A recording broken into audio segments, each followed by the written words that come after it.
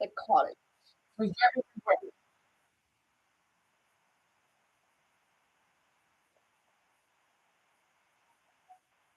Yep.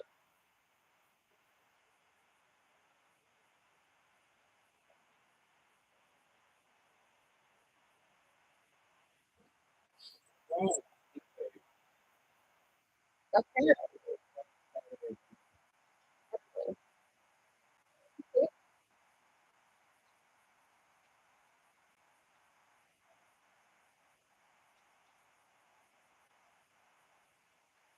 he says it's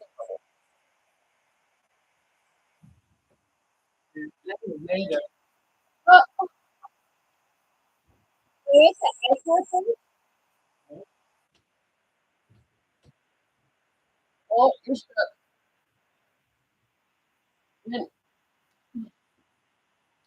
I was in Maribel, and they're all like 16, 17, 18-year-old kids driving these cars, and apparently they all already own their own sports car, like with Camaros and shit, and they go racing in Laval. What? Yeah.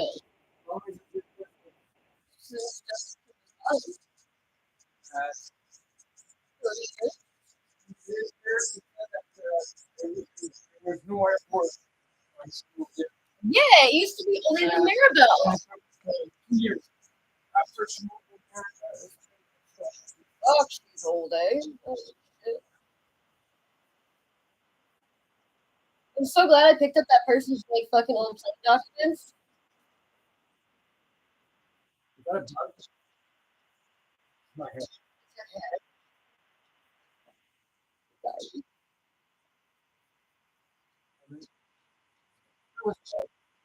Maybe it was.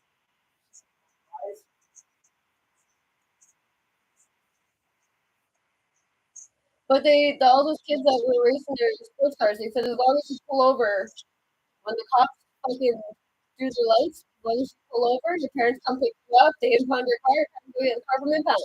That's it. And they do this like every weekend. I was like, how do you guys get away with that? Like, and it's because their parents can pay for it. And as long as you don't keep going, and you keep going, then they arrest you. Like, if you pull the right way, it's I was like, that's crazy. Like, what the fuck? But like, I was such a good speed in comparison to like even my mom's generation. Like, never hitchhike. I'm like, why would I fucking hitchhike? I just call you. Like, and she's like, we used to get in truckers, like, just whatever, hitchhiking, whatever. We used to run away from the weekend. I'm like, I don't know anything like that. I was all my time. It's retarded. I wasn't hitchhiking. I was just literally walking to a friend's house and I almost got pulled into a car. Like, I don't need a hitchhike to get fucking explosion.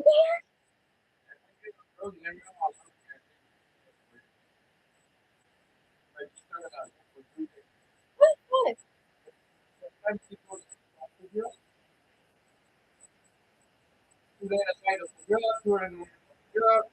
But during the daytime, they don't.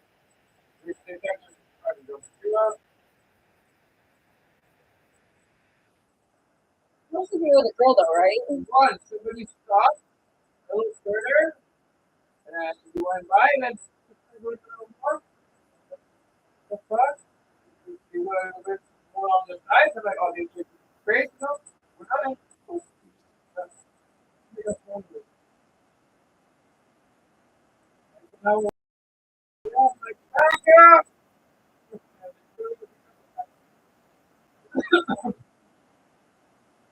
You're insane.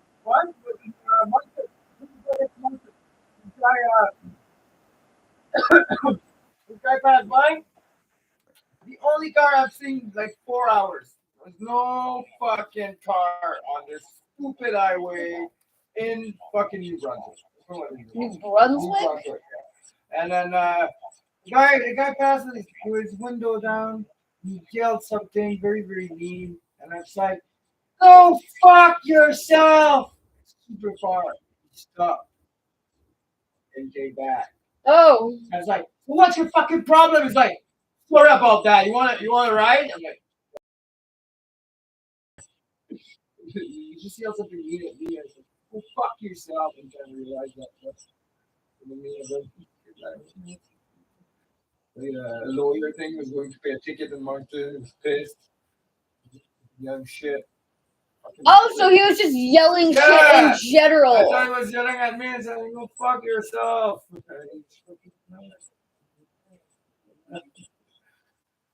Crazy.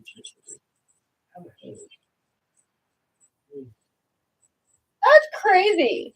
And you still get in these people's cars? Like, Yeah, did you look at my face? yeah, you baby face. Ain't scared of you. Come to Chattagate. You're fucking masters of stare down. I'm scared as shit. The lady said you had a shadow of the accent. It's very possible. Hillbilly. I'm talking like I'm uneducated. A little bit. Well, like, that's what you get when you on somebody. Like, fucking, you guys try to force me to speak French, and kids don't like to be forced to do things. So now I can't speak French, and I can't speak English. Thanks. Immersion. Why? Too hot, too cold, too fast. Sportsman, probably. Wait till the lights off? Menda.com to see the full menu today. Restaurant Di Menda, your new favorite Italian restaurant in St. Leonard. Are you tired of dealing with cracks in your basement or garage floor? Worried about thyroid? Actin can help reduce humidity and moisture and properly level your sloping floor. Free evaluations and financing available. Visit baby. the concrete and foundation specialist. Oh, sweet baby.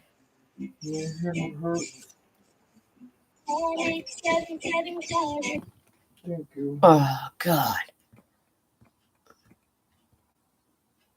No, don't start. Don't play. No. No. We'll have none of that.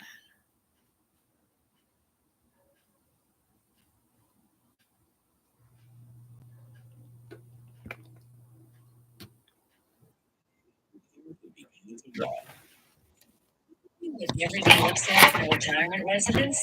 Welcome to your looking for a retirement residence.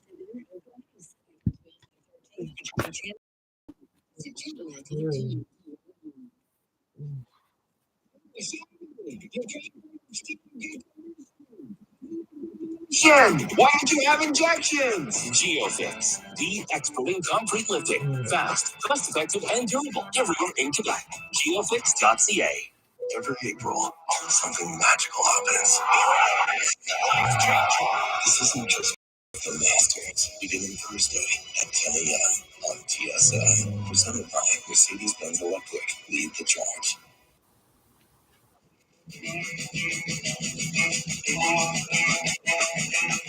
This is News Talk Tonight, and the phone lines are open. 1-855-633-1010. Call now and join in on the iHeartRadio Talk Network. Later in the draft, we're going to have a couple of criminal lawyers here. The topic is best lawyer talking TV show. Best lawyer talk. Man, if somebody, I will declare them a winner right now if somebody picks The Simpsons. And what is the name of that lawyer guy? The lawyer talking guy? Phil Hartman, rest his soul, was the voice of that guy, law talking. Anyway, that coming up in about 45 minutes time here on the iHeart Talk Radio Network. We're talking about the culture with the need for speed. It really is the fast and furious culture. And I know you're doing it because of your family, but I'm wondering if there's anybody listening who's part of that culture, because they're trying to crack down on it in the Toronto area, and I'm not stupid enough to think that this is a Toronto thing. I think that this culture in this community exists right. Worried about the time. Every time I look at the time, it's like, woohoo! Even less than what I predicted. I noticed you do that for basically everything. Overestimate so that you have extra. I don't want this. No? You don't hear the With money, time, anything. The paper's too thick, eh? Yeah. I'll pick up pack paper. So you basically do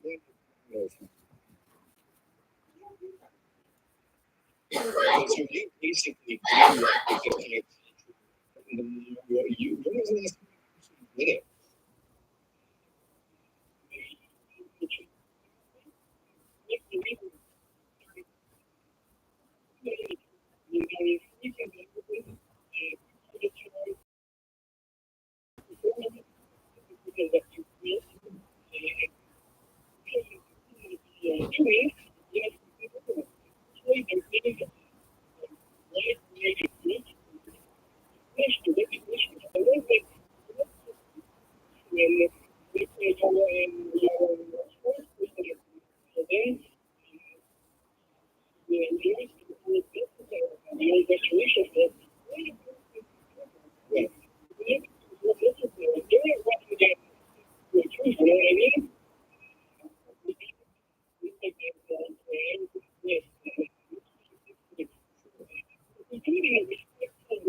Let me ask you, because it seems like there's a part of the culture that it's like you guys will look down on the people who drive to the parking lot and just do this. I don't know what's what the terminology is, but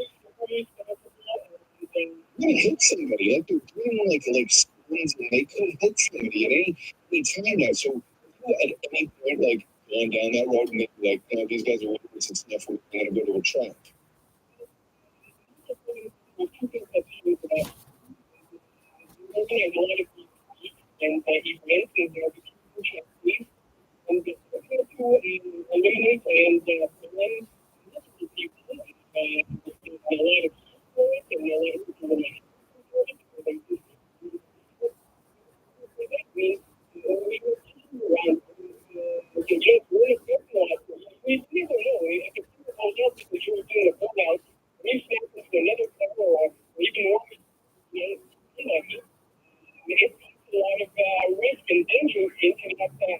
And the next thing you know, you're on TV as the spokesperson for the organization, and you're the fucking guy, and nobody wants anything to do with you anymore.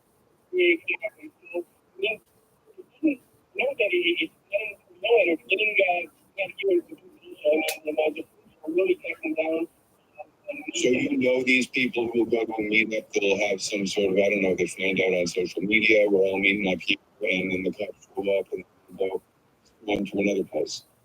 They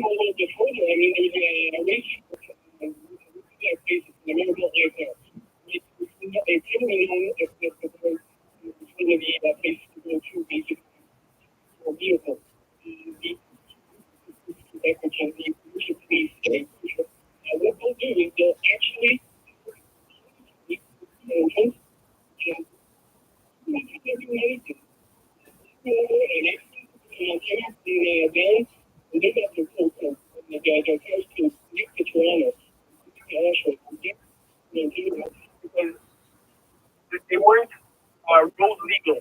Yeah, interesting.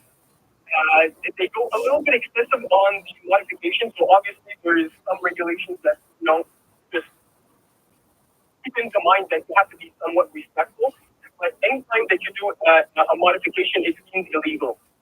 Sure, you don't declare it to your insurance, do you? I mean, you're. Well, unfortunately, I haven't, but now I will. Well, listen, you don't have to. Nobody's tracing this call, but I get it that's a thing.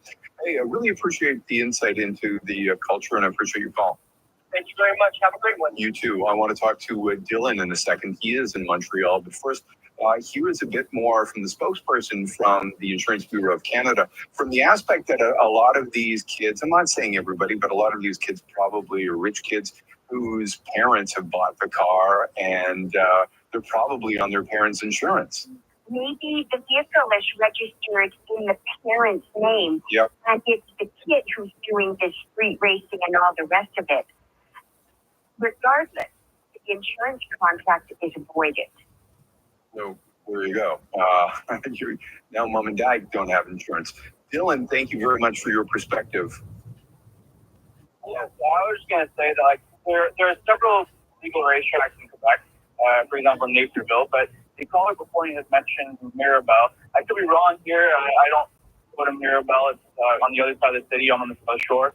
But if I'm not mistaken, Mirabel, maybe it's reopened now, but it was closed for years. Is it? Hold on. Is the track? I don't know anything about that. Is the track the actual former runway? I think it is, but for a long time it has been closed down. Yeah. Maybe it's reopened now, but I was going to say that they wanted to keep people off the streets from racing, but then they closed down the legal racetrack. They stopped people from going to the legal racetrack. Where do you think people are going to end up going? They're going to go on the street, you know? Yeah, no, I agree that there should be, there should be a way that you can do that where, yeah, you're going to have to meet some sort of qualifications for the people who are going to be held responsible for, you know, having a safe track and make sure that you're not like completely nuts. But yeah, and if you want to be, I don't know, like the whole thing about these dudes doing these burnouts with a whole bunch of people standing around, that seems more dangerous to me than, I don't know, a race on a highway that might not be used that much, even though I'm not condoning that. But the problem here in the areas that they're talking about are just a bunch of people who are burning out in a parking lot at 1 o'clock in the morning, keeping the whole subdivision awake. Yeah, exactly. That's for sure. But see, if you had it, in designated areas where they were allowed to do that, sure, then it would get rid of that issue altogether. Yeah, no, I would. If they would open more tracks instead of closing them down, then you wouldn't have these issues. I think it's a good idea. Appreciate it. Thank you very much. That is Dylan in Montreal. Before that, that was back-to-back commercial-free callers. I'm Jim Richards. Our Play Attention is coming up in about 20 minutes here on the iHeart Talk Radio Network. Now, an update from the CJAD 800 Traffic Center. 14 southbound, 2 of 3 lanes closed currently between the TCAN and the airport tunnel. Overnight construction, not resulting in any delays. 15 north entrance to Marcellera is scheduled for closure at this time, as is Marcellera northbound between Decarie and Saint Louis.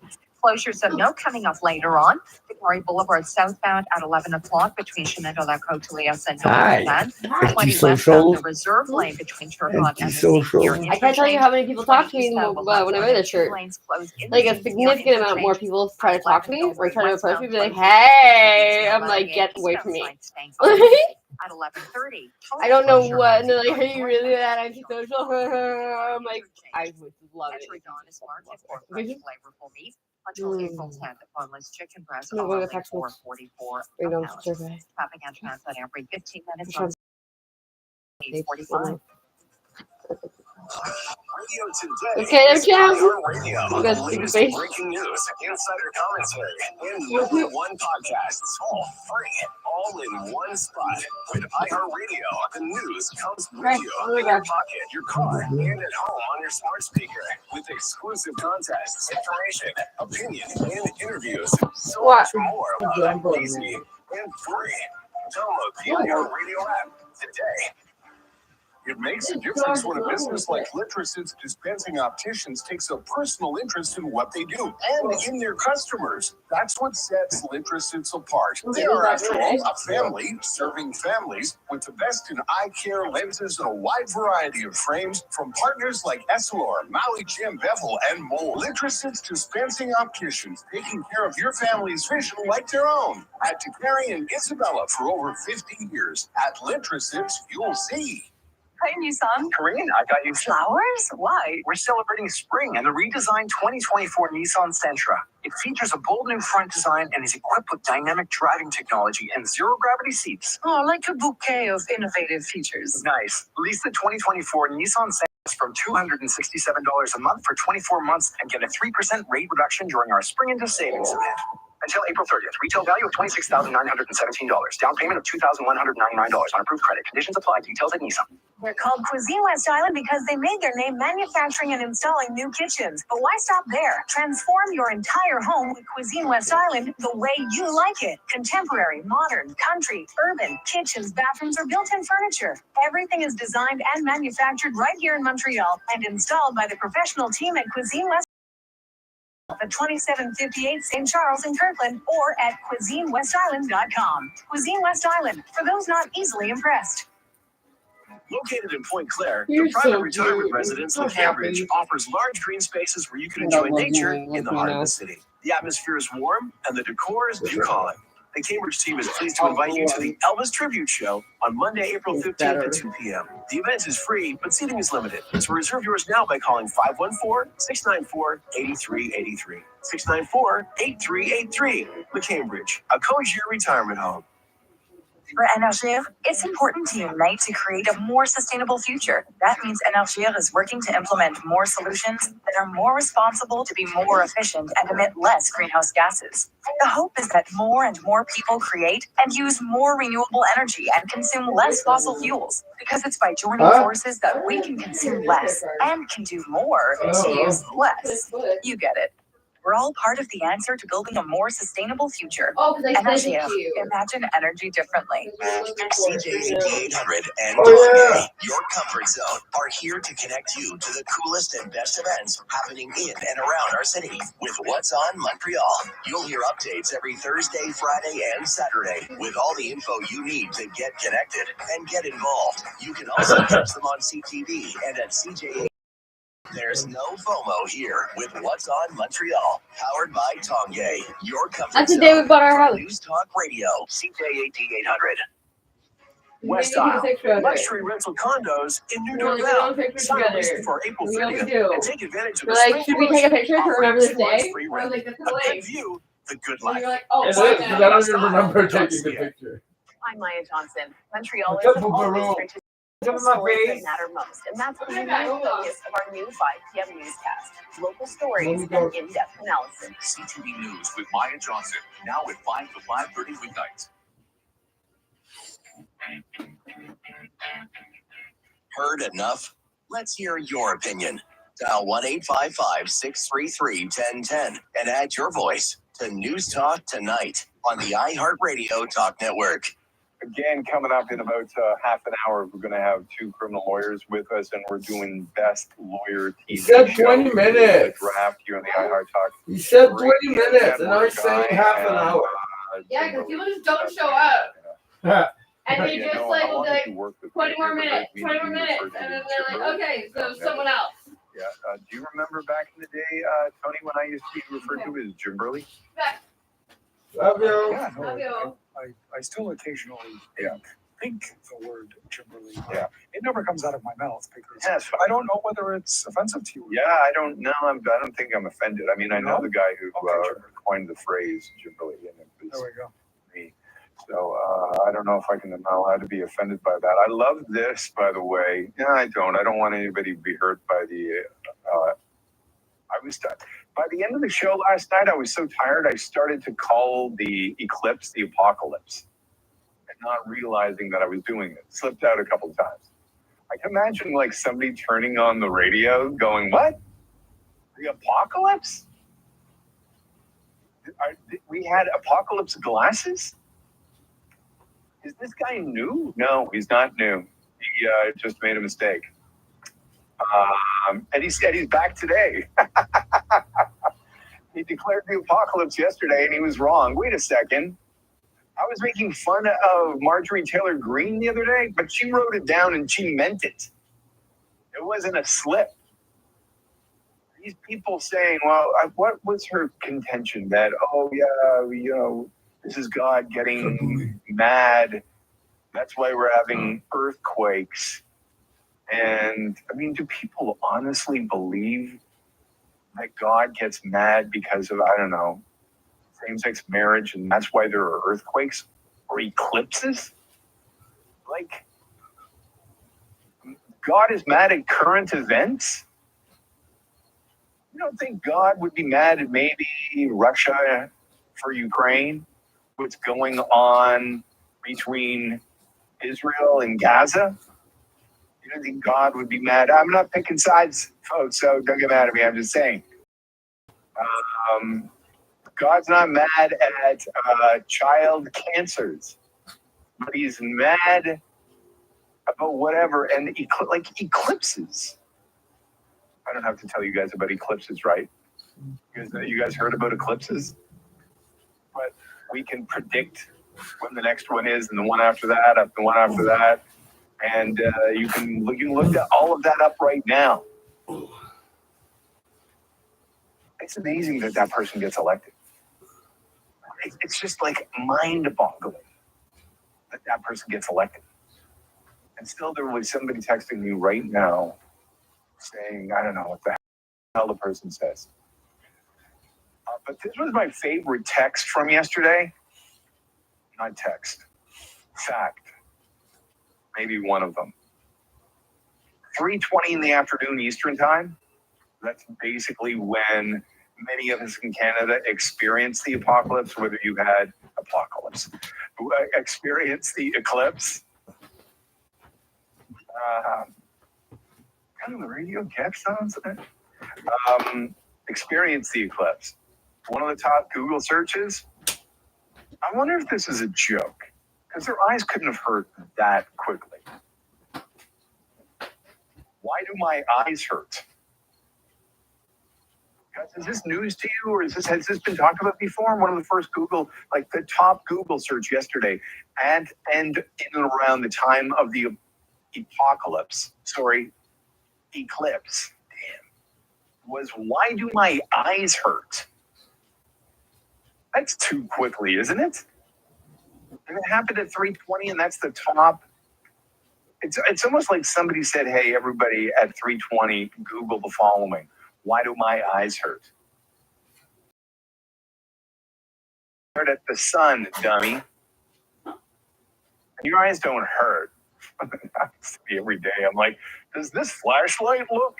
And instead of seeing whether or not it is going to cast a light on something, I will like stare into it. I will turn it on and stare into my face. And I'm like, beam of light in my face.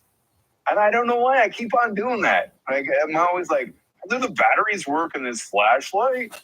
And I like shine it right into my eye, about a fist away from my face. It's the dumbest thing. Anyway, I thought that was amusing. My eyes hurt. The search for it skyrocketed after the eclipse. They peaked at about 3:20 on the East Coast time, 3:20 in the afternoon. That doesn't make any sense. I guess it does. Like, what was it again? 3:18 to about 3:20? Somebody's going to be looking at the sun and then instantly Google that right away? Man, have you not been paying attention to that badly? That you'd be like, why do my eyes hurt? I don't understand it.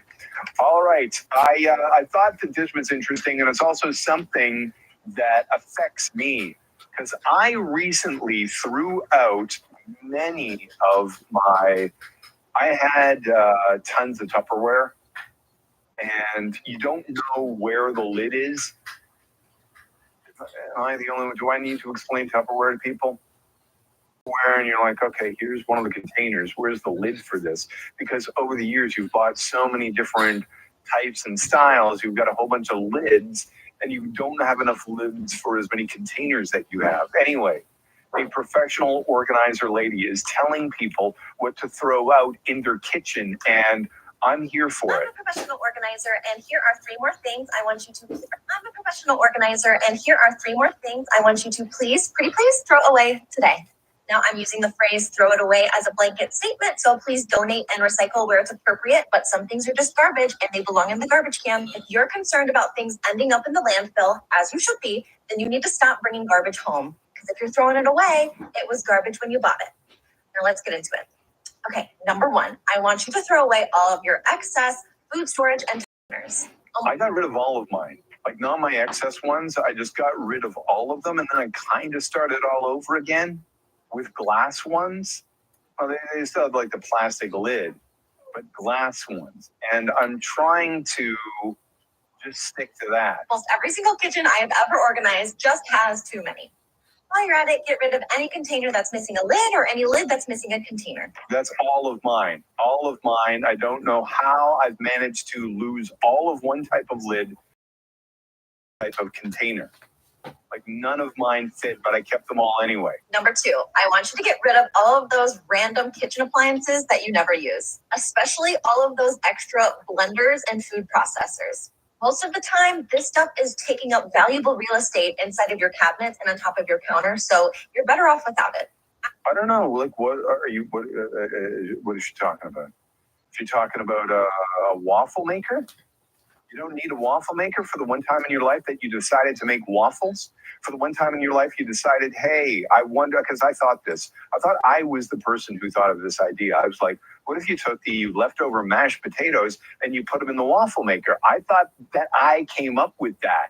And then I Googled it the other day, and it turns out that people have been doing it for a long time. But I did it once when I bought my waffle maker like 6 months ago. And I keep on looking at the waffle maker going, oh, one day you're going to get used again. I don't think it's ever going to be used again. But when I bought my waffle maker, I was like, you don't want to get a cheap one. You want to get a really good one. So I paid like $100 for a waffle maker. It only makes 2 at a time. And it does. It keeps up, it takes up way too much storage space. Ask yourself. Months. No. If the answer is no, you don't need it. Number 3. Would you do that with every single thing in your kitchen? If you haven't used it in the last 6 months, you get rid of it? I would have nothing in my kitchen. I would have apps. I would get rid of my fridge and my dishwasher and my stove. I want you to get rid of all of the duplicate kitchen utensils. You don't need 4 can openers or 6 spatulas to get the job done. When you have too much stuff in your kitchen, it makes it really hard to be efficient. And when you're not efficient in the kitchen, you are wasting valuable time and money. So do yourself a favor and get rid of the stuff that's not serving you. That would be almost half. I do have a lot of spatulas, and I took them and I put them in my basement in a container thinking, what if there's a spatula? I didn't give them away. I was like, there's going to be a spatula shortage soon. And what if I can't find one or I break one? I'll keep 9 of them. Now, an update from the CJAD 800 Traffic Center. The 15 North entrance to Marcellera in the DeCarry interchange is currently shut down for overnight road work. Marcellera northbound closed between DeCarry and Saint Louis. Southbound side will shut down at 9 o'clock between Saint Louis and DeCarry. Other closures coming up at 10 o'clock. 10 westbound shutting down through Ottery 30. At 11 o'clock, DeCarry Boulevard southbound will close between Chemin de la Côte-Liesse and de la Savane. The reserve lane of 20 westbound will be closed between Turcotte and the St. Pierre interchange. Lane closures on 20 eastbound through St. Pierre. Ville-Marie westbound between Panay and Lucien Lallier. At 11:30, DeCarry northbound Jean Talon into the DeCarry closure of 20 westbound through the Ville-St. Pierre interchange. It's the best prices of the year event this week at Super C. Hothas red tomatoes are only 83 cents a pound until April 10th. Details at superc.ca. Let us know what you see on the roads. Calling your tips to Star 800. Next report, 9 o'clock. You could be like listener Valerie from Point Claire, who won tickets to Billy Idol. Try after 7 o'clock. How to handle seasonal headaches with Dr. Labos at 7:50 and Dr. Dan Riskin at 8:20. How pop music has changed in the last 40 years, and it's not what you think. The Andrew Carter Morning Show. Join us 5 to 9. Last year's #1 Canadian drama returns to CTV. I thought I was strong enough to handle it all. I'd rather have control of my life than leave it up to chance. But isn't life all about taking chances? Sullivan's Crossing. New season starts Sunday at 9:10 Mountain on CTV. We really need to wash our windows this weekend. Who's going to be looking at our windows when our driveway looks this bad? Call Premier Sealers like Nancy. From paving stone and asphalt repair and maintenance to decorative coatings for exterior concrete balconies and staircases to epoxy garage floors. They do it all. Anywhere on and off the island of Greater Montreal. Your pavement will windows. Find out more about it and their other services at premiersealers.com. CAA recommended. Seal you later. This is Mark Saltzman's Tech Talk. The safety of your dog and its location. That's the idea behind the Halo 3 dog collar, where you can create a virtual fence using GPS to keep your dog in a certain space. And you can keep track of them wherever they are. Ken Ehrman is from Halo Collar. So just like your phone, you can track your kids, you can track your Uber driver, you can track your dog. It's not like once every 6 seconds or 20 seconds or search mode. It's always connected. And so you can see where your dog is at all times. So, it's really amazing all the different ways you could use it. If you have an RV, you may just want to let them out when you get to your destination. We have an indoor capability called a beacon. It's just another little Bluetooth device.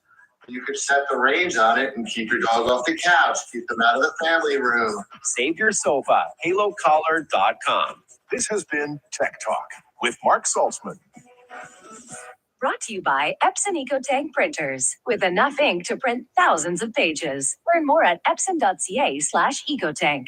Back pain taking you out of your game? Arthritis, sciatica, and degenerative disc have taken your quality of life? At Richard Kim Medicine, we get you back to the activities you love. Whether it's hockey, hiking, or the simple things with family, we have mean no more waiting to get better. Richard Kim Medicine. Medicine that moves you. Free consultations available. Make an appointment at 514-657-8919 or at richardkimmedicine.com. Hi, this is Sabrina from Silver and Gold for Cash. We will pay the best rate guaranteed for all unwanted or broken jewelry. We will beat all competition 10 to 5 or Silver and Gold. For Jayco, there's only one place to go. The RV Spot in Alexandria. Our spring into summer super sale is on, featuring the world's best RVs. Jayco. If you've got $59 a week, the RV Spot can put you in a brand new Jayco.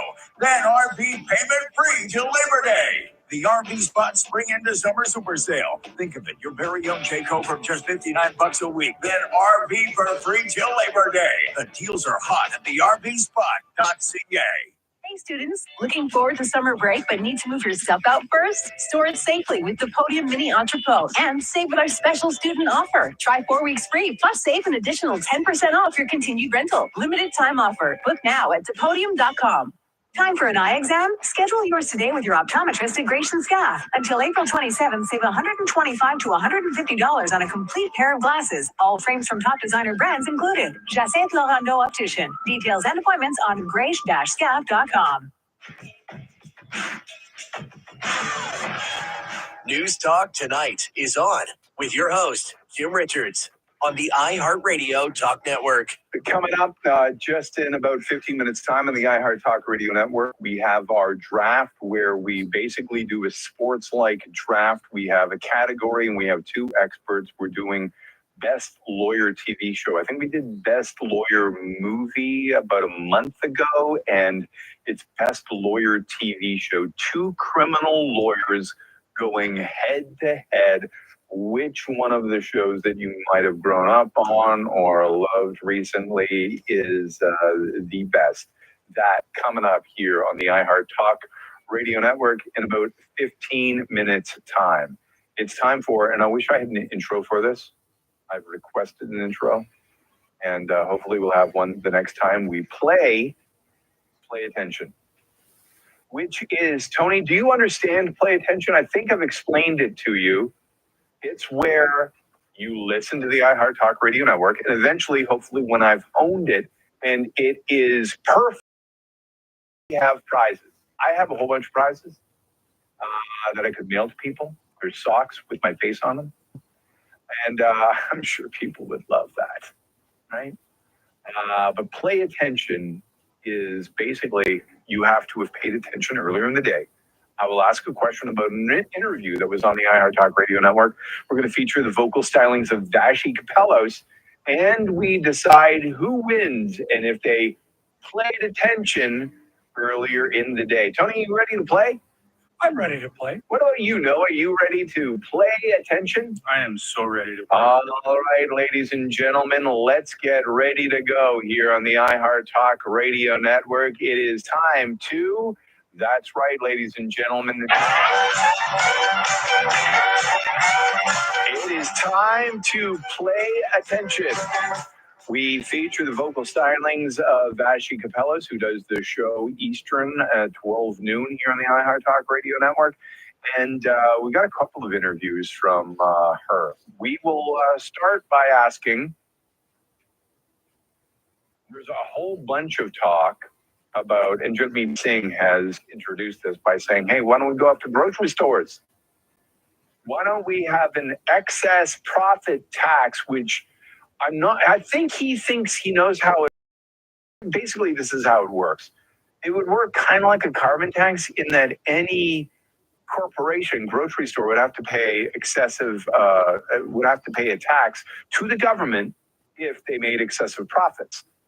And why would it not get paid on to the customer or paid off or passed on to the customer? Well, because you would get it back in a GST rebate. But does the parliamentary budget officer know how it would work or how it would be defined? Tony, do you think the parliamentary budget officer has an answer or do you think he's just going to do you think he'll answer the question? How does it work? I think he won't answer the question, but he will, mumble a little bit, some words, stuff. All right. And what about you, Noah? Oh yeah, I remember listening to this earlier today. He said he plans to put tax collectors outside every Tim Hortons, and when you change, they're going to collect it. Right there. That's what he said, right? All right. I'm not sure he said that. Here's Vashi Kapelos asks the question: how would an extra profits tax work if Jagmeet Singh got his way? Well, then that issue is one of definition. What do you consider normal profits and what do you consider excess profits? Because profits can be high in 1 year for cyclical reasons, or it can be timing of revenues versus expenses issues. And the real thing is what's defined as excess profits. And then if you start taxing excess profits, whatever the definition is, that sector could see fewer investments because investors will move to other sectors that are less likely to be targets of excess profit taxes. I'm going to say that actually he did answer the question. I think because he's not the person who's come up with the idea, he doesn't know what would qualify as an excess tax. I think that you know what? I'm going to credit you guys as paying attention, play attention, but I do think he answered the question. Okay? The next question on play attention. Vashi Kapelos was talking to Minister Suds earlier today and was trying to decide whether or not all of the spending that the Trudeau government has been doing since April the 1st is going to backfire, because they're spending money despite the fact that they're in a humongous deficit. Does she answer the question, Tony? Does the minister answer the question, yes or no? I think the minister answers the question in a very roundabout way, suggesting grade 4 economics and saying, well, if we spend money, then we make money, and then we make money and more money. That's what I think we're going to get. But well, let's find out. What about you? Do you think the Honorable Jenna Suds, member of Parliament and Minister of Family and Children and Social Development, answers the question, Noah? If I remember correctly, she does not answer the question. Let's find out. How is $23.5 billion new dollars in spending, in addition to a $40 billion deficit, not inflationary? Yeah, I think that confident governments invest in their people. I don't know what that means. And this is a point in time where it is important that we make these critical investments, particularly in housing, as we're talking about today. If we have Canadians who are unable to obtain suitable housing, how do they, achieve their best in their lives here? I think it's really important that we recognize the value that affordable quality housing gives to individuals. Did she answer the question? Does anybody think she answered the question? The question, it's one like that where you have to be reminded what the question was again. The question was, how does this additional spending not affect houses? People want to live in houses. Is that an answer? Not at all. That's not an answer at all. Does it sound like, I think when you have to, and the whole strategy is answer the question you want to answer, not the one you've been asked. So she didn't answer. Did she do a good job there of misdirecting and trying to sound like, I think she did actually. So final question here. We don't have a lot of time. Vashi basically asks if there are going to be any taxes. Do you think she answers or does not answer whether or not there'll be new taxes in the budget? Tony? I don't think that she answers the question.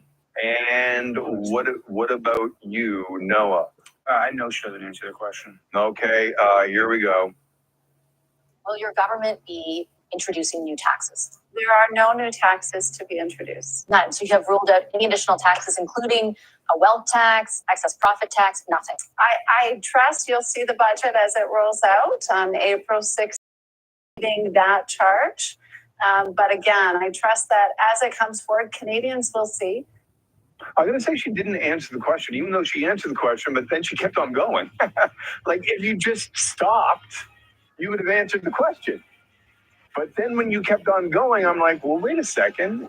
How can you keep on talking and not making any sense? There you go, folks. That's play attention. Hope you enjoyed. Not sure I did, but it's a work in progress. The draft is next. At Clipperson, we know that a simple can get under your skin. So imagine when your whole day sounds like, but we have just the right solution to help you relax. A cozy hot tub at home. Its warm, soothing water is the perfect way to get into that whoopsie, do not disturb mode.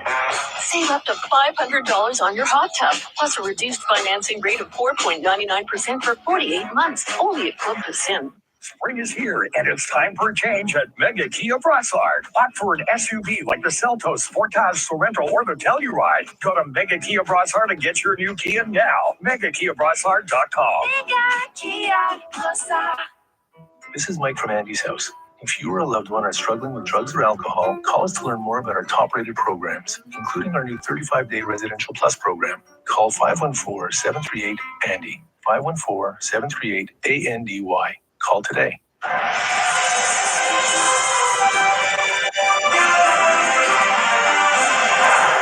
Good evening. It's 9 o'clock. I'm Max Cadet with your CTV News update. Currently 13 degrees, but the details in minutes.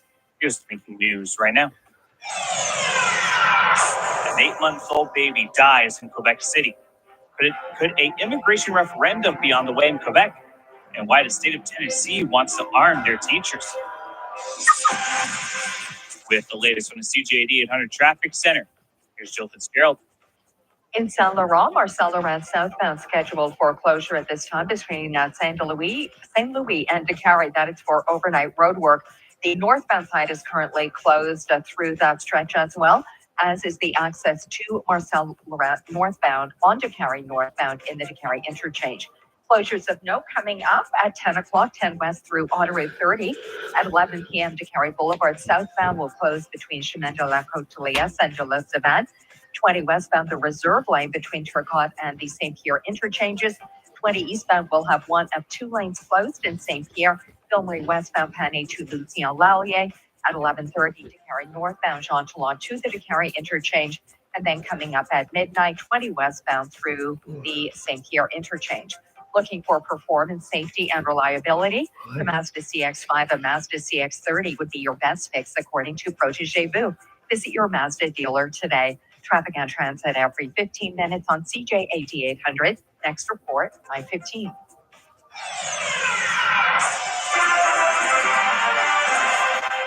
In the news, police in Quebec City are investigating the death of an 8-month-old baby this afternoon.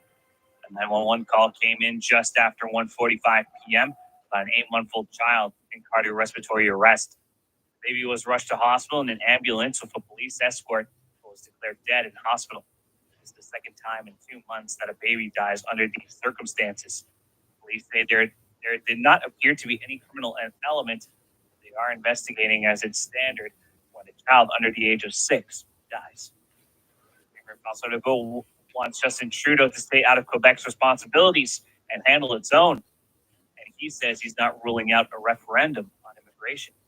The Premier is not a fan of the Prime Minister's recent pre-budget announcements, including major housing funding available to the provinces with a few conditions, like a National Tenants' Bill of Rights. Legault says Ottawa is infringing on Quebec's jurisdiction. He's asking that instead, Ottawa put energy into cutting down on the number of immigrants coming into Quebec. He says there are too many for the province. 160,000 asylum seekers, more than 30% don't speak French. So it has to have an impact on French, especially in Montreal. He wouldn't rule out a province-wide referendum on immigration to send a message to Trudeau. I'm Don Kagan-Fleming. Nobel Prize-winning physicist Peter Higgs has died at the age of 94.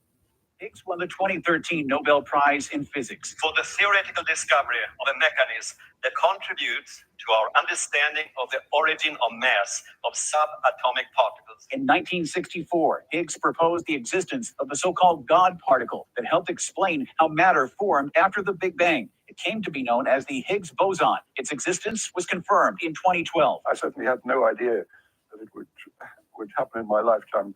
at the beginning more than 40 years ago. Higgs's work helped scientists understand one of the most fundamental riddles of the universe, how the Big Bang created something out of nothing more than 13 billion years ago. The University of Edinburgh, where Higgs was emeritus professor, says he died following a short illness. I'm Ed Donahue.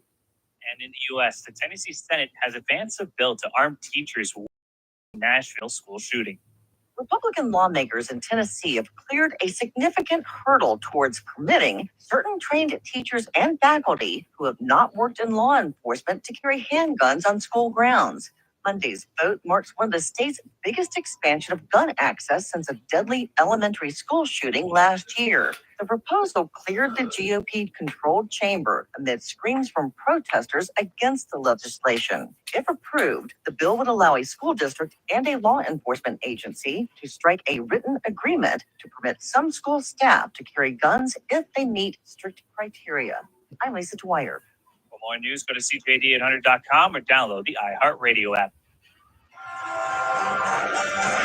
Your Dormez-vous Weather Center forecast. Clear skies this evening, increasing cloudiness around midnight with periods of rain starting before tomorrow morning, a low of 8 degrees. Periods of rain ending tomorrow afternoon, however, then a mix of sun and cloud with a high of 17. And then on Thursday, cloudy skies with a chance of showers and a high of 17. Once again, here on CTV or here on News Talk Radio. CJD 800. Of law tonight, best law TV shows is our draft, and that is what you're about to experience. It's News Talk tonight on the iHeartRadio Talk Network. Here's your host, Jim Richards. So when we do this, we pick a topic and then we get experts in that field and we go back and forth like a sports draft, trying to figure out who has the best television lineup tonight of law TV shows or lawyer TV shows. Jeff Hirschberg is a criminal lawyer and he is on our first team. Jeff, thank you very much for your time. Hi, good evening. Monty McGregor is with us as well. He is also a criminal lawyer and he is with us tonight. Thank you very much for your time, Monty. Always good to be here, Jim. Thanks for having us on. Yeah, we, first of all, let me just sound sappy, but also authentic in that I'm very grateful for the help that you give us on a almost daily basis whenever there's a news story that needs translating for our listeners. I'm very grateful to both of you. So after saying that, Tony, who won the coin toss? Off the air, who is going first? Jeff Hirschberg. Jeff Hirschberg won the coin flip. All right. Jeff, who is your first overall pick in Best Lawyer Television Show? The first pick I have is Law and Order, the original series. Where there's a law, I'll enforce it. Where there's a crime, I'll prosecute it. And where there's a victim, I'll speak for that victim. That's my bottom line. Law and Order. Man, how long has that show been around in different iterations? Why Law and Order? You know, it's entertaining. It shows the police side. There have been episodes events focused. While none of these shows are overly realistic, it certainly gives you a nice feel for a courtroom battle. Sometimes. Okay, we would love to think that they are realistic, though, Jeff. It would be nice to think so. It gives juries an odd sense, that a misunderstanding when they actually are on the jury of how the system works and how cross-examinations and in-chief works. Yeah. Also, given that we're clearly in Canada and most of these shows, other than the new Law and Order Toronto one, are American-based. Okay, first overall, you're on Best Law/Lawyer Television Shows. What do you have for us? Well, Jim, I picked one of the greatest shows of all time in Breaking Bad, given its criminal overtones and its cross-reference to the law. Mr. Mayhew, nice of you to come down, please. Oh, look at you. Should I call the FBI and tell them I found D.B. Cooper? Joking. Please, come on, please. Hello. It's all good then. Please sit. So it's a So shame that's a bit of a clip from Breaking Bad. Clearly, there's a bit of a crossover there. But what did you appreciate? Did it remind you of any of the interactions that you have with your clients, Monty? Yeah, absolutely. Because I think the greatness of this show is the descent into criminality of from what is otherwise a normal person. And so you encounter people in this business where, the first thing is you think to them, okay, well, how did you end up doing this? And you end up having like personalities and lives behind these. And most lay people think, oh, you just commit crime to commit crime. But, here you see the descent for what seems like an altruistic purpose to try and raise money for his family, where he then becomes a true criminal. And the characters are phenomenal. And, Saul Goodman, Jesse Pinkman, Gustavo Frings. And I was noting to your producer that one of the greatest TV episodes of all time is the third last episode in the final season. And it was a roller coaster ride. And sometimes our cases are that type of roller coaster ride, to say the least. All right, good to know. All right, let's go back to that's the first round, folks. So the previous pick for Jeff Hirschberg was Law and Order. You're following that up with your second round pick. Who do you have, Jeff? It's a related pick to Monty's. Better Call Saul. I will get my law license back. My partner and I will get a new office. It'll be like it was, but bigger and better. Everything will be better. I'm going to have more clients. I'm going to win more cases. I'm going to be a damn good lawyer, and people are going to know about it. That's Saul Goodman's vision board right there. Another great show, but they're so intertwined. Why do you love it and put it up there so much? It's everyone has the idea of this lawyer from Breaking Bad and shady, dirty, and all that, and it falls into a lot of the tropes that people view lawyers as. But Better Call Saul delves into that and how he was at the beginning and how he changed and what caused him or led him down the road that he ultimately went down in Breaking Bad. And it's a very good story. Do you see that in real life? Not to that extreme, although there are some lawyers that are very out there and probably shady. Law Society will often give them their comeuppance, but not to this extreme that you see on TV, that's for sure. All right, second overall pick for Jeff Hirschberg. His pick so far, Law and Order and Better Call Saul. All right, second round pick for Monty McGregor. What do you have for us, Monty? I have the True Detective series that's got the people like Matthew McConaughey and Jodie Foster in it most recently.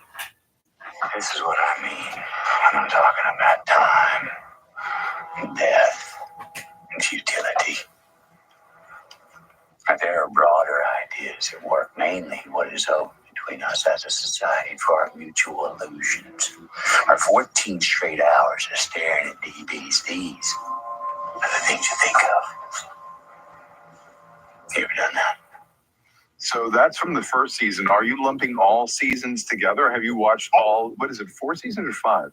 It's 4, I believe. The first one is for me the best one. The most recent one was Jodie Foster, was pretty good. I think for me the thing that this is that when you're involved in this job, it's interesting, it's fascinating, but people can get broken. And officers and police officers, the things that they endure and go through, that's one of the most telling features of this series is they're complex criminal cases that are interesting, but you also see how they negatively impact officers and people that are so close to investigations, which from my view, that's happened. I do a lot of homicides and you see a lot of hurt and a lot of destruction. And then you take that with you if this is what you do on a daily basis. Well, we've got a little time before we have to take a break. That can't be isolated from just the police officers. That has to kind of drip into what you do too, does it not, Monty?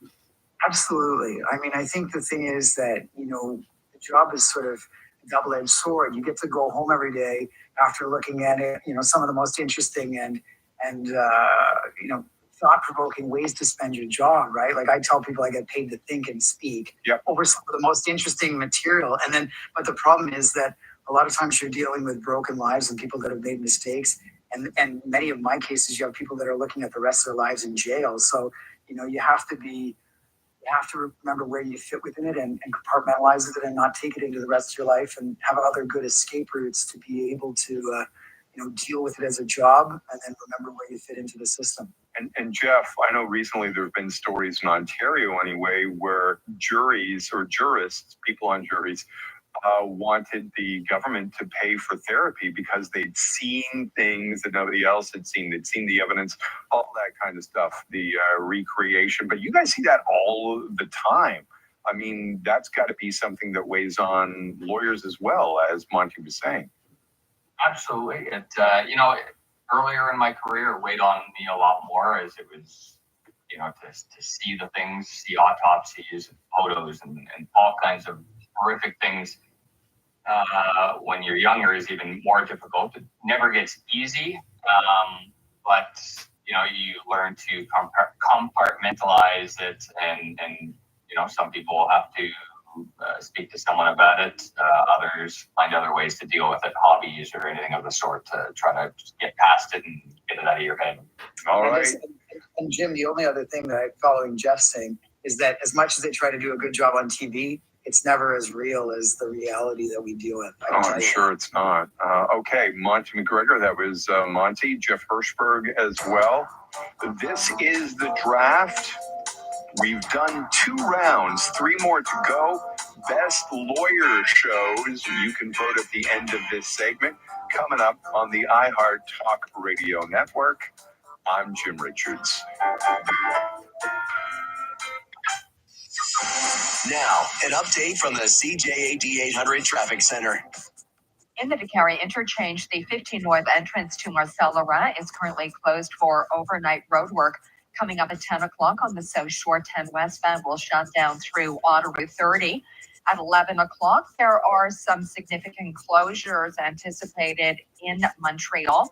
DeCarry Boulevard southbound will close down between Chemin de la Côte-Elias and de la Savane. The reserve lane of 20 westbound will shut down between Turcotte and the St. Pierre interchange.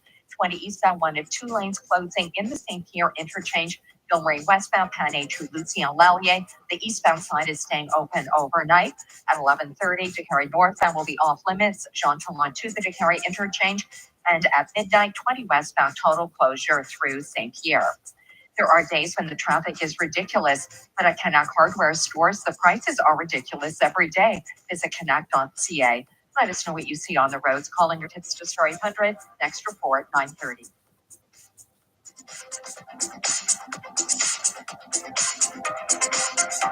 When news breaks, be the first to know with CJAD 800. Hamas criticizing the latest version of a 6-week Gaza ceasefire deal proposed by the U.S. In a statement, Hamas accusing Israel of failing to First on Instagram and Twitter. Email to your inbox and on News Talk Radio. CJAD 800. Hello? I see you. Who is this? I see what you're doing. I'm not doing anything. I see you're alone. My boyfriend's right here. Who is it? I see that you're... I see that you can't see well at all. Get up to $125 off prescription glasses at New Look. Offer ends June 2nd. Just at Laurent Optician. This is not a confrontation. We're just saying what's true. From the executive producers of Succession, Crave presents the new HBO original limited series, The Regime. Yep, good. Starring Academy Award winner Kate Winslet as the charming and terrifying Chancellor. Anyone who dares insult me or my country shall feel my fury. The Regime. CA. There are all kinds of reasons a couple might be having trouble with intimacy. Men, especially, often feel like they're not up to the task of talking about it, that is. But that's the most important part. Talk about it with your partner and then book a consultation at elnasexualwellness.com. Help is available, always with respect and discretion, in DeCarry Square and on Boulevard Saint-Joseph in Gatineau. Take a break from your usual online activity and visit elnasexualwellness.com. Are you tired of stubbing your toe on your sinking walkway or pool patio? No need to replace it. Lift it. Acton offers free evaluations and financing to fit your budget. Acton.ca, the concrete and foundation specialists. Call Acton for action. What's the difference between a truck person and a ram person? One owns a truck. The other owns the road. With enough size and muscle to give you an honest day's work. And the premium features and luxury touches that add comfort and class to wherever you go.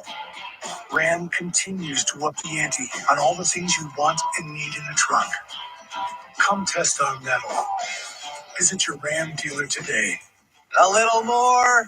A little more. Parking should be simple. Good. A little more. Quickly submitting and tracking a claim on the Bel Air Direct app actually is simple. A little less. Bel Air Direct, insurance simplified. Do you have an invention idea but don't know what to do next? Call InventHelp now for free information on how to get started today. InventHelp provides invention services that help everyday inventors get started with their idea. We have representatives nationwide who will explain the InventHelp process step by step. Over 10,000 patents have been secured through InventHelp's patent referral services.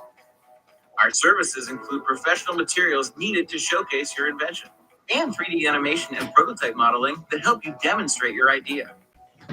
Get down to the details of your idea with a technical drawing. The InventHelp Data Bank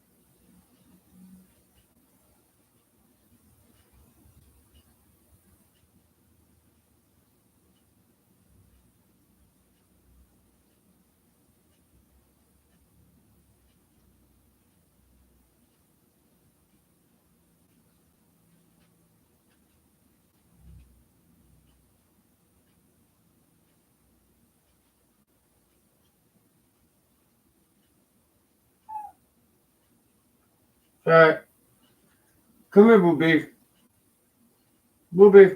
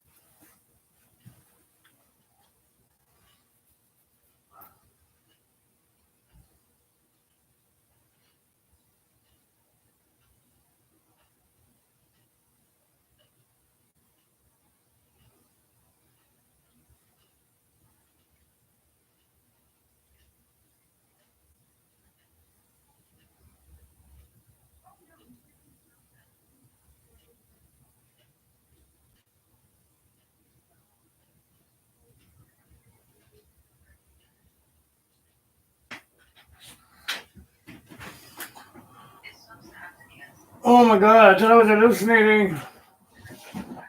Hi, baby. Yeah, I heard Coco brought him last time.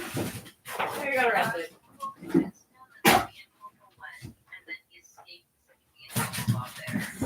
Yeah, and apparently he got you kicked out of the hospital.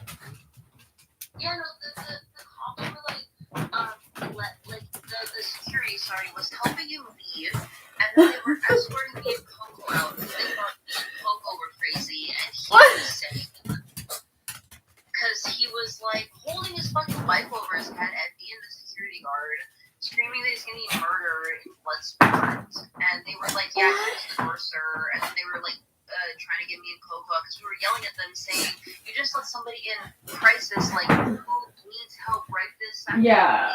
And then we were yelling at them and they were like, oh no, you can't yell at us and get the fuck out of here. So helpful. Well, apparently, because I told Ivan and Vic last time, like, when I gave Ivan a Vic to work, or Ivan left to work, I told him, I was like, call 911, call emergency and say that he's a danger to leave. And Ivan was like, you would do that? Like, yeah, Ivan, I would definitely do that at this point. Like, because they apparently Furies went in their place and they had to kick him out of their place, and like, Victoria's like, Fury, you need to leave, and he just wouldn't leave. And it's like, I don't know where this is coming from. But I think it has something to do with his father. Because he usually is like, because he doesn't seem to really usually give a shit. But I find it very weird that for some reason he called his father at one point to talk to him. And I think that's maybe why he keeps smoking and going back to it, because like, you know what, he's taken a lot, he's been on a lot of other drugs in like little spurts of time, but like he's never really had a problem stopping before this. Yeah.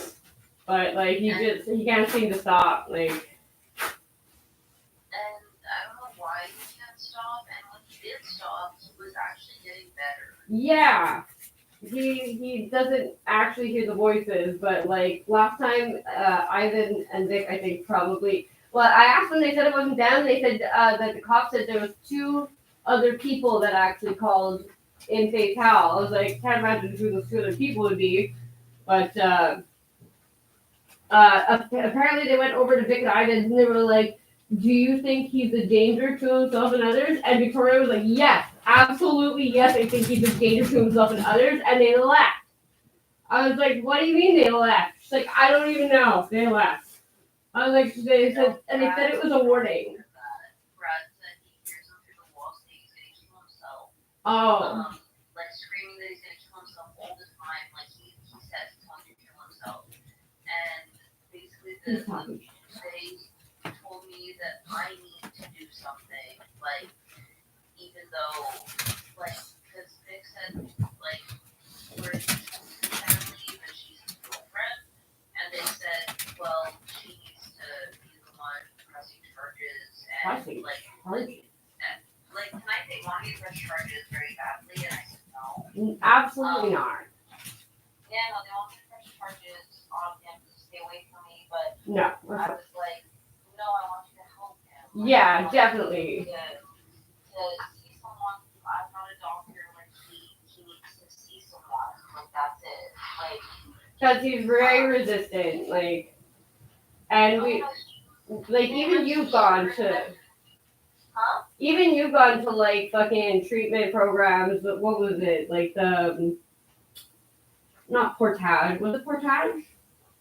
No, I've been in Cran, and then I also gone to the gym for my psych, and then it's like you very much go out of your way to try to like make sure that you're still okay. So like I'm not worried about you. Like he could have gone with you many times. Like I even offered at one point for him to detox here, even though I'm not supposed to have anyone here. But I was willing to do like at least a week. And his excuse was that he didn't want to be in a bad mood. Well, I was like, no, you just know you can't get away with shit from Joker. Joker's not gonna let you fucking have that shit attitude. Like, and you're gonna have to fucking actually get up and like help around the house. It's not just like a fucking crash house, like for you to go back on drugs as soon as you go back home, like because I noticed that's when he's at your place, he doesn't do drugs. I told him he's not supposed to, But he seems better even when he gets back from your place. Like he's back to normal for that small amount of time.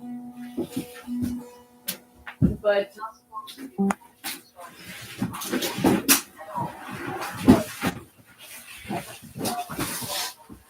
really?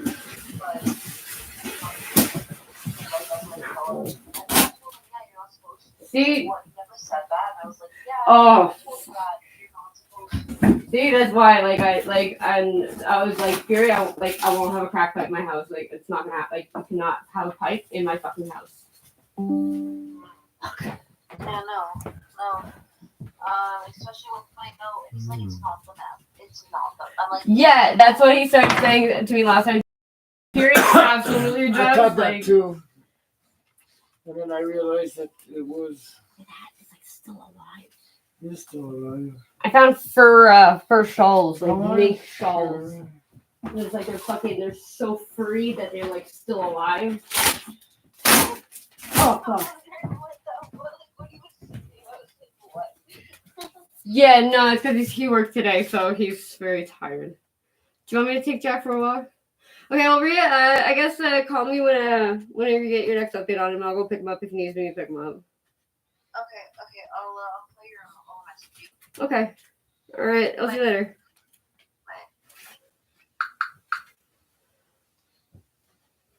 Poor fucking Rhea. Apparently he followed her home, yelling at her. And then at her house, she was freaking out and he was getting aggressive. From the beginning. You had a fight, I guess? Well, yeah, I guess so. She left and then he followed her? Yeah, and screaming at the back of her head, like fucking saying that me, her, Victoria, and Ivan are all making a porno. Yeah. And apparently the police have, they're like, oh, we already have a file on him. So they took him right away. They handcuffed him and they took him right away. And she was like, why are you not helping me? And I was like, really? This is helping him. Like, you need to. And they wanted her to press charges. They're very adamant about her pressing charges. She's like, I don't want to press charges. Yeah, they're just wrong about how, like, she's reacting. She's not reacting like I'm scared and shit. She's reacting to help him. Yeah, definitely. Oh, he's gonna get to sight ward. Apparently, he fought them. Oh, he's gonna get to sight ward then. Yeah, no, definitely. He's gonna get 3 days. 32 hours. Yeah, I told her that, and I asked what hospital they brought him to. Apparently, it was like they brought him to the hospital that has least amount of people and that it'll be most efficient. Because now he's gonna withdraw and he's gonna show crazy. And well, they'll sedate him. They'll give him medication at least to not calm him during down. the 72 hour of if you get aggressive, yeah. No, they put you in that fucking room. What are you talking about? Oh, really? Yeah, the room is capitani. You can't hurt yourself in it. And then you're in observation. Yeah, that's what they did to my mom. So they look at you, go crazy for 3 days. And then they'll be like, oh, you're crazy. Here's some pills. Well, it's absolutely, he's been resistant, like very resistant. What? Ooh. So this is the only thing I found. This is a French English dictionary from 1924. That's fucking cool. Hey, look at the binding on it. It's super fucking cool. Isn't that crazy cool? Which one is it? French English? I don't know. E.C. Clifton and know. Cool. The cover is really cool. Isn't that fucking super nifty, weird? The new 1923. Isn't that fucking nuts? That's 101 year. Not nuts. Put that on the shelf. Fuck yeah, put it in the shelf. There you go. Oh, I brought you papers. Yes, you understood what I said. Thank you. This is an interesting, weird thing. Duck paintings. Cool. Mallard paintings. All different mallards.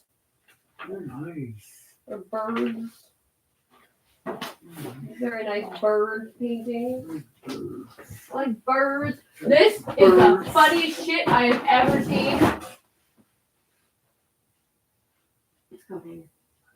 It's a duck coat hanger. That's cool. Hilarious. A jewelry box for men. Got leather on top. Needs to be a little rinse, whatever, but yeah. Leather opener, some pens. Nice ballpoint pens. Hey, I can stop doing with this. No, you open letters like champ. What do you mean? All your envelopes In in the car. Yeah, I love it. Because I used one of them, but I like took the oil marker. I put my finger in, I do it with my finger. Well, the very, like, looks like you used a knife for it. I really like the I read nigga because now. I think it's funny. This is all I told you. This is Jesus? It's a jewelry box. You know that.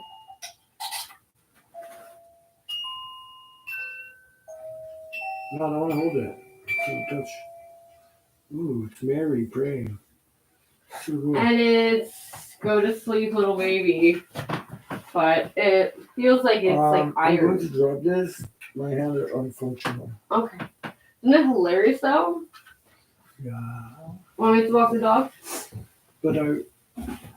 What? But you what? What do you want? But I want to come to you. Okay. What do you think this is? I fell asleep on the couch. I saw. Poor Rhea. Poor fucking girl.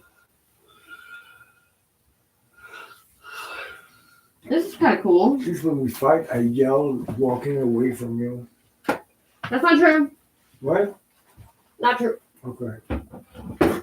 We've, me and you have had some exchanges. Come here! Hello. Oh, Hi. I'm not crazy. You're not crazy. Yeah, like, I don't know. Like, me, Victoria, Ivan, all making pornos. These are cool. Wait. Yeah. It kind of slipped out my mind. Yeah, we're all making a porno together. Oh my god. Yeah. I don't know where this porn thing's coming from, though. So, does she knows? What? At least the Victoria knows that we're all doing pornos together. I think we should go along with it. I think we should talk to Ivan and Victoria and just say, yeah, we're doing pornos. No, that's icky. We're not doing that. Like we're doing pornos. What kind of pornos? Like, who cares? You're doing pornos. The kind of Idiots. Why do they do that?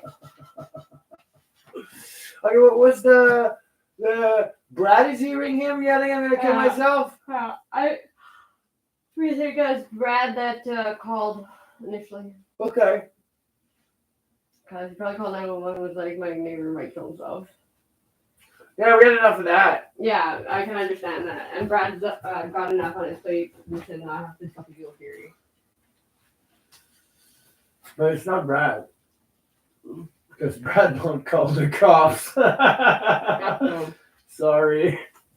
I will log him. Next guest. I will log him. The next apartment. No one. Before. No, there's an apartment between Maria's old place and... Oh yeah, the girl with the blue SUV. Yeah. She's weird, eh? Yeah. I've never seen anyone speak to her. I never speak to her. And she comes home at like 11 o'clock, leaves at like 6. Well, anybody in the building has a head that is... Call the cops. Or the ambulance, at least. It's all the same number. You're not calling the cops. You're calling the emergency. Dispatch. Yeah. You wanna go? I'm trying. It's really my fault. Huh? It's really my fault. Yeah, I'm trying. Are you in my shoes? Yeah. I'm trying, girl. What do you mean you're trying, girl? I'm trying, girl.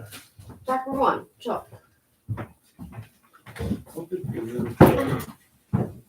Hope it doesn't break. Well, that's what I want to talk about now. It does. It says maybe right after 1 a.m. You know how much those cakes were? $4.25. What? Okay. Because I said that to the girl too. So she's like $4.25. I'm like, holy shit. It's like, yeah, I know. It's like, wow. Okay. It's been a while. But we're gonna go buy papers elsewhere. Oh, we're gonna go cute from now on. Yeah. Definitely. But twice I saw the inspector. At Keaton's? No. Down the street from Dom's. Always down the street from Dom's, right in front of Jerry's. Inspector of what? The SQ. The SQ? Yeah. I didn't know they're allowed to be here. On the highway. Yeah. He's not allowed to pull over anyone here, but No, but he was all the way over. He was like coming from where Duffport is. And then you have to think, there's still cops. They see you do something wrong. They still have the authority to stop. Like, and be like, hey, you, come here, you. We'll call the cops. basically, but then again, any human being in the country can technically do that. We're like, hey, you. Like, yeah, it's called citizen arrest. Yep.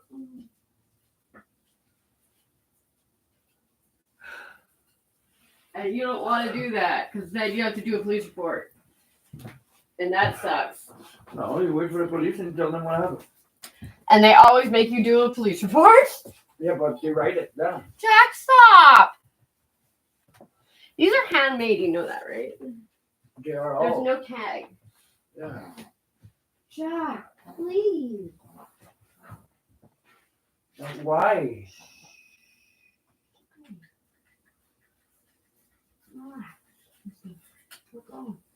Is it cold? No. We're just that. So I'm gonna die.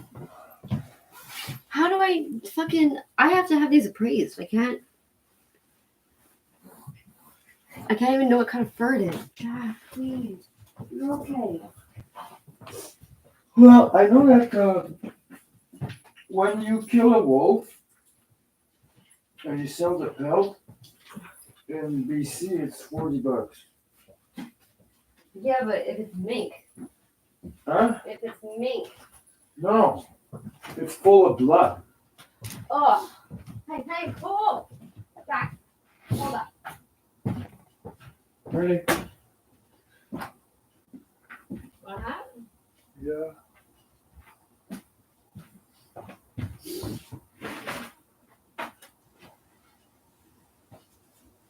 Roll back.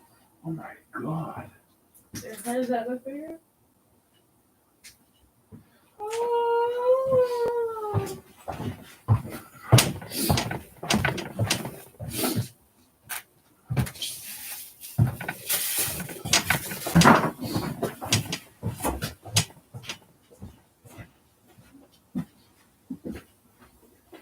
I won't love this.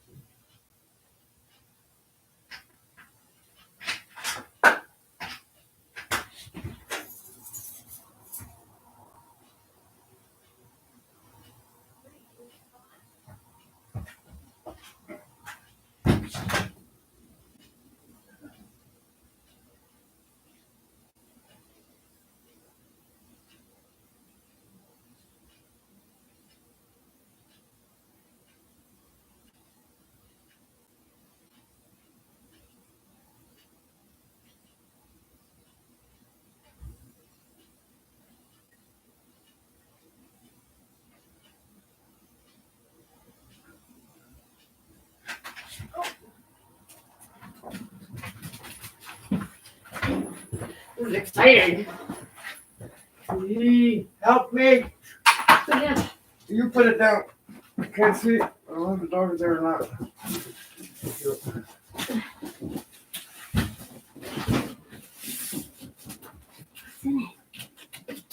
Like Christmas. And then boom, a fucking dancer comes out. Okay. Oops, wrong address. Oh wow.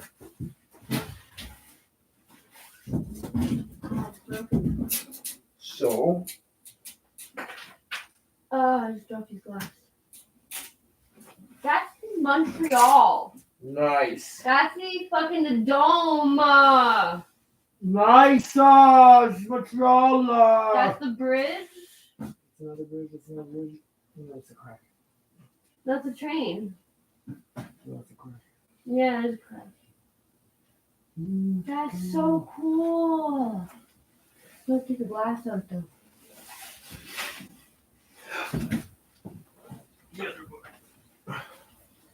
Oh my god. Baby. Another English and French thing.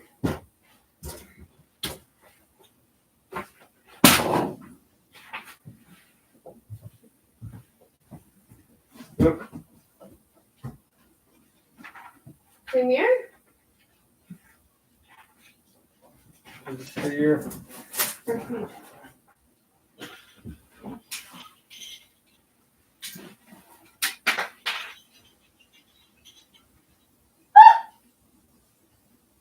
It's signed. Mayor of Montreal. 1924.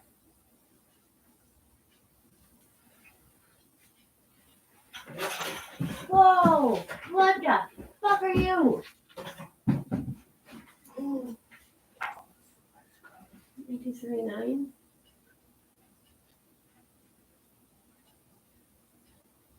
Jean-Louis Lefebvre. Ooh. This is fucking beautiful. This is super beautiful. Oh, they're dead pigs in the back. What? They're dead pigs. Cool. Horrific. But okay, cool. God. Oh, look at that chair. What the fuck? You need to read this. I can't read it. I understand. But it's a Oh my god.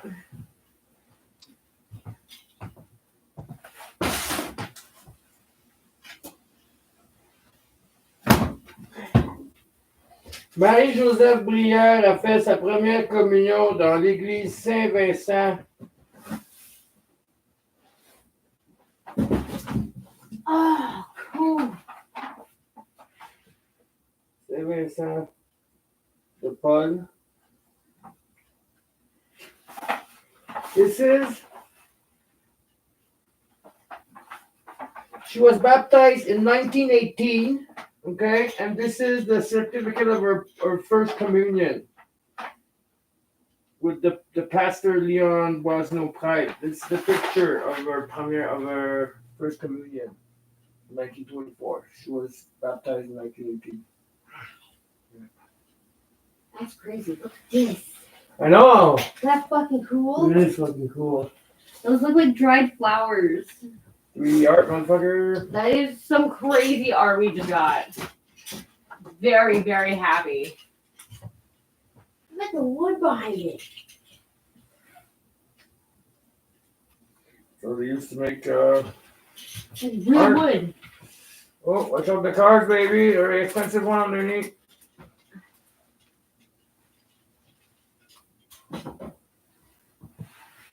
That's fucking crazy. That's some great art we just got. That I could add to my fucking room. Is there a glass on the outside?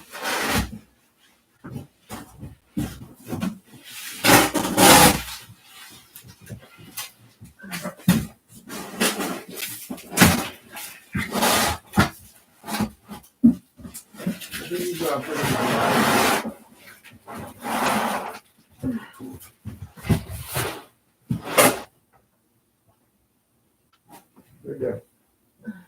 No. I'll I'll sit here.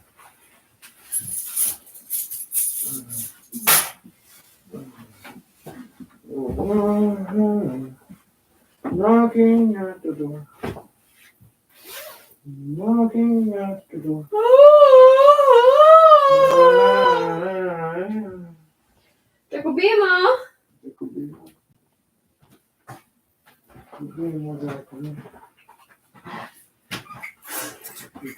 Jacobima.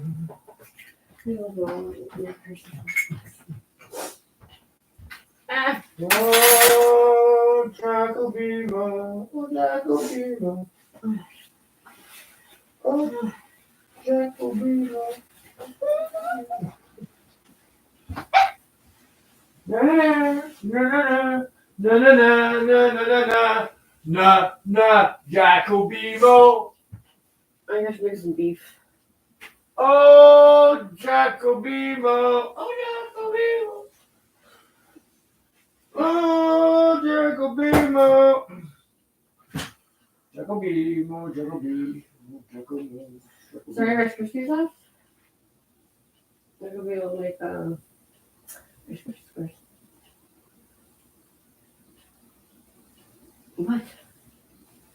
Speak more, Janek!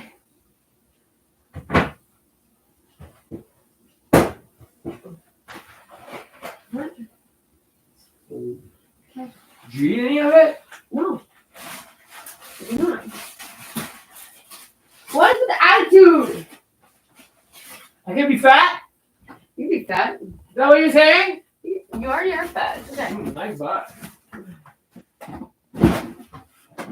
Too late to go outward. What's your problem? Yeah. You know that. You know that. No, yeah, I think after 9 o'clock, no hard work. No. Oh, wow. What? Cassette tapes. Oh, yeah? Jean Marco. Fleur de Paris. Jacques Hillaire. What is this? De plus 50 years de plus grand chanson country. Oh my God! Heritage. My godmother's mother would have loved this. Really? I'm sure she'd have got their age-breed dance on it. And then Quebec Heritage. Volume 2. Oh, that's exactly what it is. Wait.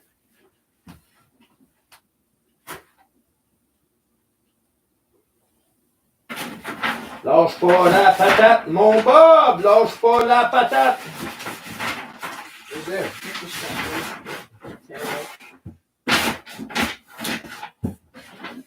Alright, I'll let you go back into those sections.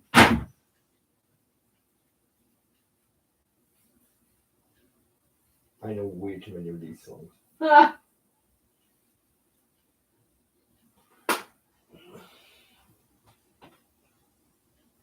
Come get my heart, achy breaky dance. Oh my God. Okay, this was my godmother's mother's cassette.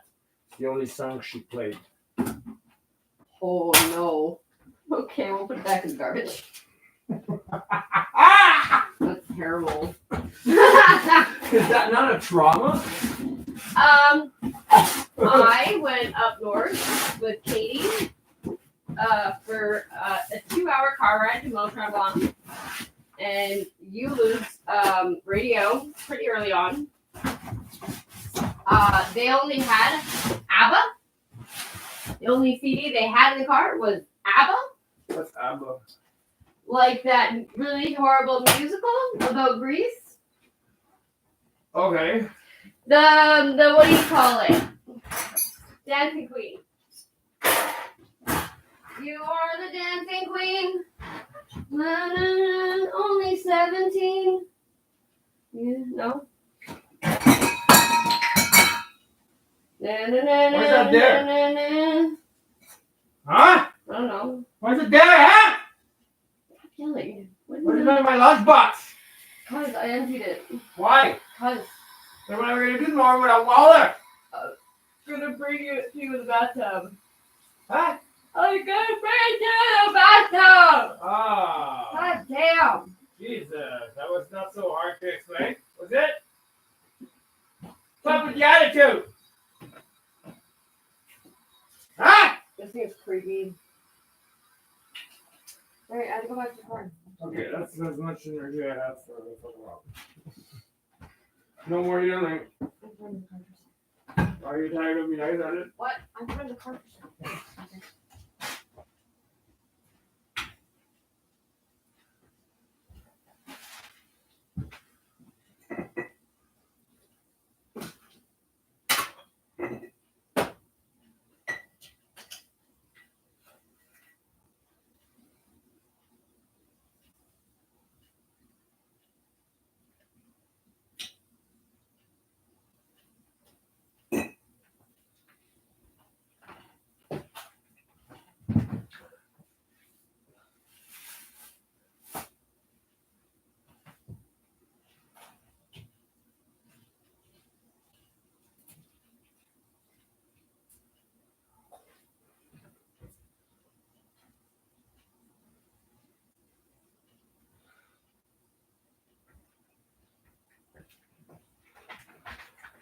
What are you trying?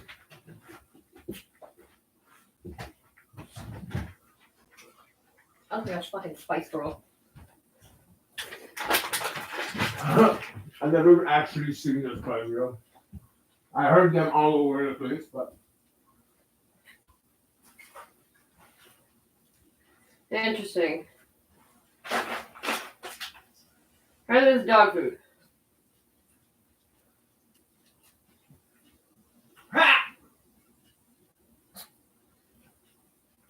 you know you got snap, crackle, and pop. Yeah. What is it in French? I don't know. Kirik, Chirac, Chirac. So one of them name is Chirac. Ah. Isn't it amazing? Okay. Okay, what? That fucking weird Jason guy that I met in the Maxi parking lot. Give you that? What's that? Dog food. He makes all dog food. We don't make that. Wow, he sells it. Yeah. He gets them for free at Pet the store. yeah. Well, you know what? I actually asked him last time. I was like, do you guys have any samples of dog food? And they were like, no. Like, you guys don't do that? You guys should do that. Because, like, a lot of people don't know.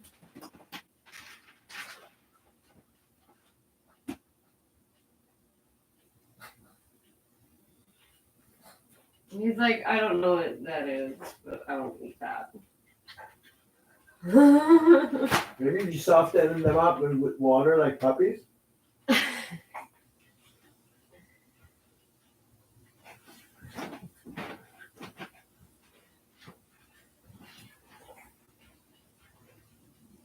Not too much, because it's gonna be like soggy super fast.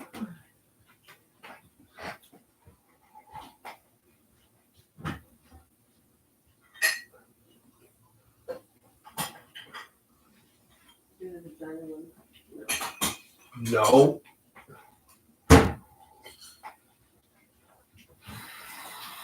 They're not China. They look like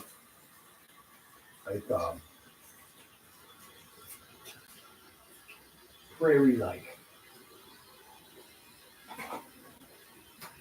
And they have a wheat plant on them.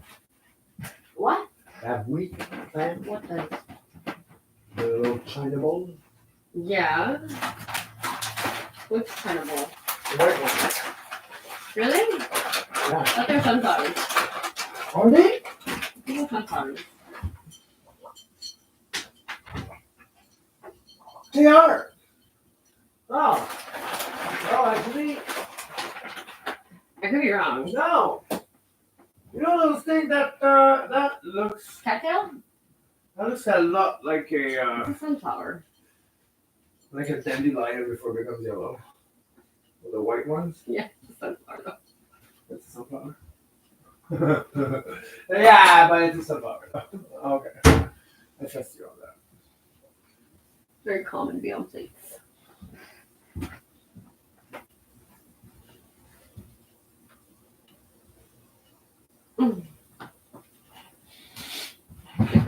Didn't move. Just look at me.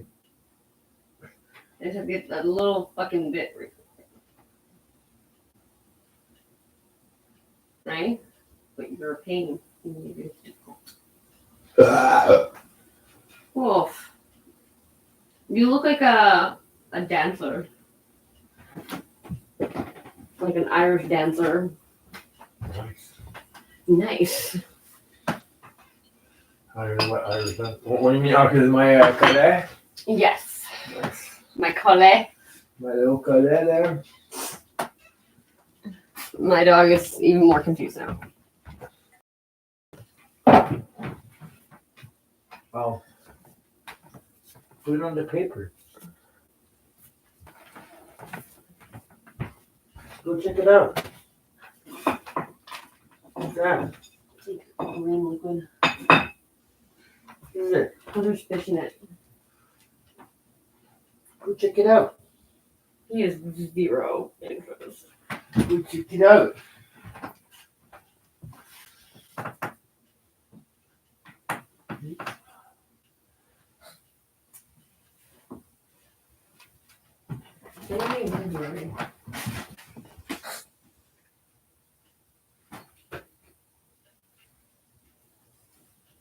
No? No. Look. Look. Thank you. It's gonna make me.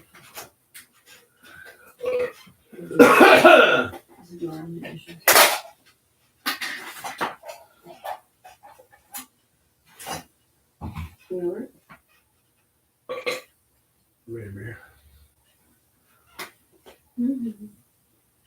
Huh? I should have known. I thought this one because it was more. They don't like it. Okay, good. Feed it to me. Fast. Feed it to me.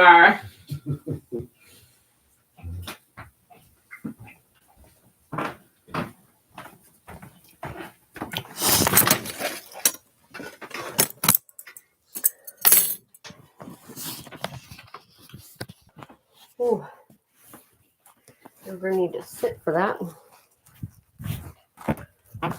Yeah, I'll make you food.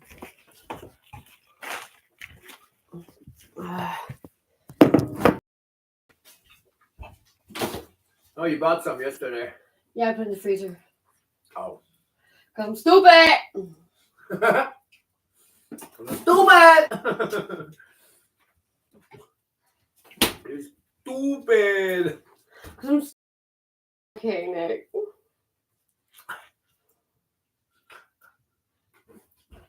We tried Caesars. Yeah, what about the half Caesar? There's a half Caesar? No. Oh, like I do a half Caesar. Yeah, you do a half Caesar. Well, I do now. Because you waste it. All the time. But I think like a half is less overwhelming for him. You understand my dog. My dog.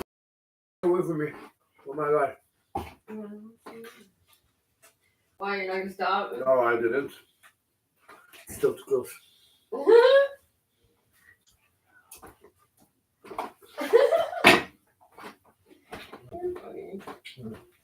My god, this one's good, but the one is better. Liberté. Yeah, I was gonna get it too, and it was like about the same price, but that one had more in it, so. Yeah. But I'll get the other one next time. Is that what you said? I'll get the other one next time. No, is that what you said? No. The bigger the better. Absolutely not what she said though. So why didn't you get the Liberté then? I'm cheap and Scottish. Oh. Yeah, that's a good one. So when a fly drops in your beer, you're like, spit it out, you little bastard. I have no idea what you're referring to. a Scottish and an Irish in a pub. Oh god.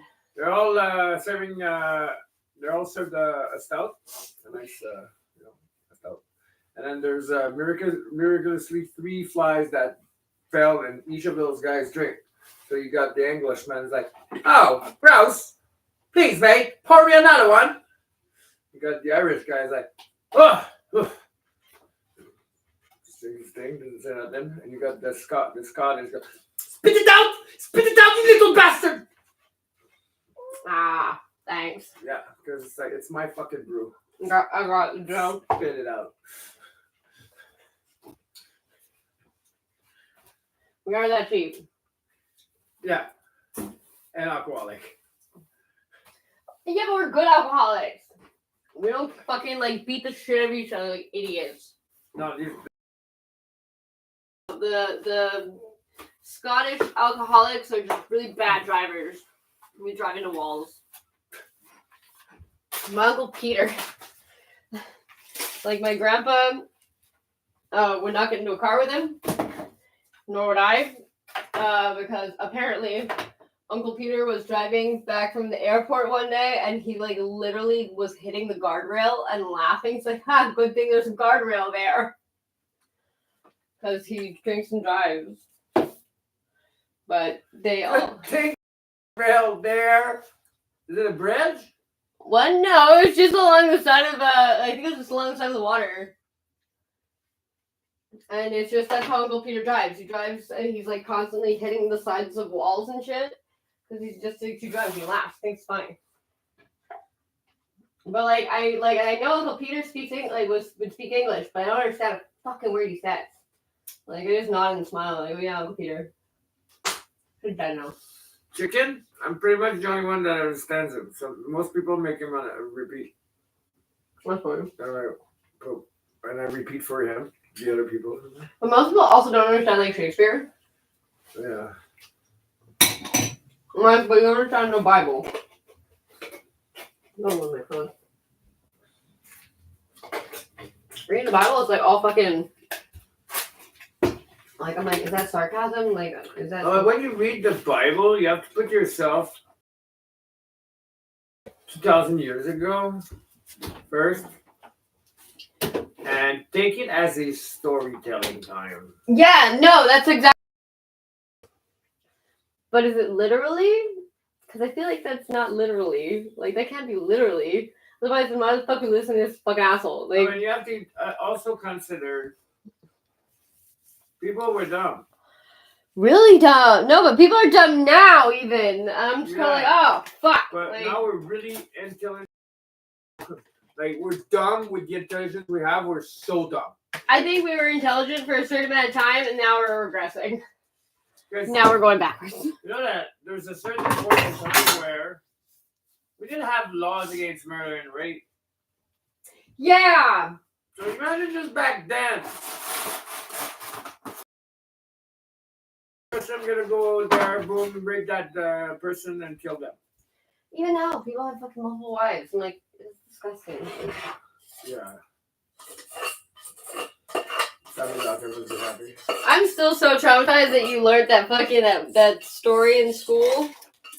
And that woman the woman with, like, missing a hand, like, came to your school. I'm like, why would they fucking do this? Like, they're children. Children that don't need to hear this shit. Like, they showed her as a survivor. Yeah, but like, there's a lot of other people in the student. You know what? It was actually in our Catholic class, so it was really like I don't know, follow cult and follow Jesus, like the church and Jesus. It was really I think it was a move towards that. Because the next week we had the firefighters. Yeah, firefighters are cool because they're necessary and they do stuff that's helpful. Yeah. Like sources that are supposed to be helpful. During my, I have a fun story. Mm-hmm. So during my cabinet making class, okay, there were a conference with a police officer that showed up. And we had to stop working to listen to what the fuck he was saying. It was just like, why? Generally, in safety in public. Like, it didn't even have anything to do with the workspace. So I'm like, why am I here? Why am I doing this? Like, it's important. Like, what are you talking about? Like, Well, look about people. Example that goes in park with their dogs, and there are a bunch of people, and their dogs defecate on the ground, and they don't pick up their piss and their shit. I'm like, okay, do you listen to yourself? How the fuck do you pick up dog pee off of the ground made of dirt?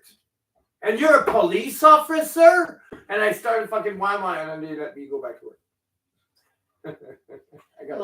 I got kicked out of the conference. I just fucking yelled at the cops in front of everyone. Yeah, but like, why are you here? Don't you have like police things? I have nothing for you. Chief? It's dirty. Oh, maybe not. Who's this? What is this? I'm scared to know. That is a hamburger. Why is it in tinfoil? I don't know. When did we last eat hamburgers? It's in the garbage.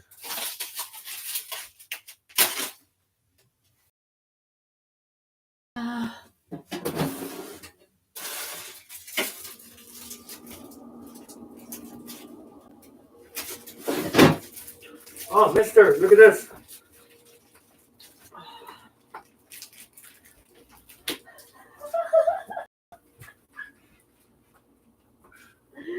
You're funny. What? Oh, okay. I don't give you that. What?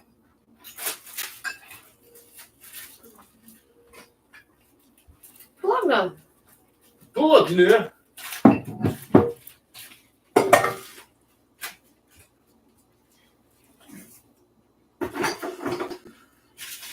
Don't look at the door. Nobody's going to save you. Jesus, walk that door.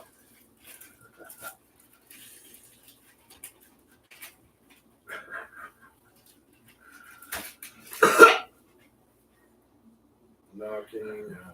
Have you lost my boy? Because I'll help you find it. No? My boy Jesus. Have you lost your mom, boy? Because I'll help you find it. Wasn't that? Stanley. Oh, yeah. So Stanley yelled at me today. Oh, yeah, because like, oh, hey, nice girlfriend. That is my daughter. No, it was Dwight. Dwight said that or someone, Andy, I think, might have been like, oh, you better watch out because he's talking to your daughter. And I can say some pretty nasty stuff about daughter. Oh, my fucking God. Stuff. Oh, okay. Oh.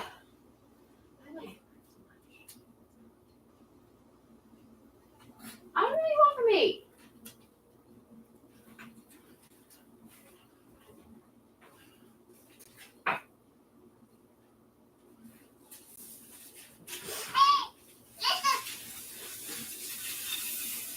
Oh, fuck the brain up. Now what? Chicken.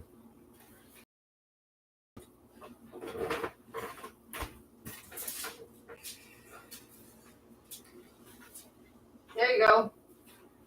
Thank you. Okay, let's do this. Yeah, I agree.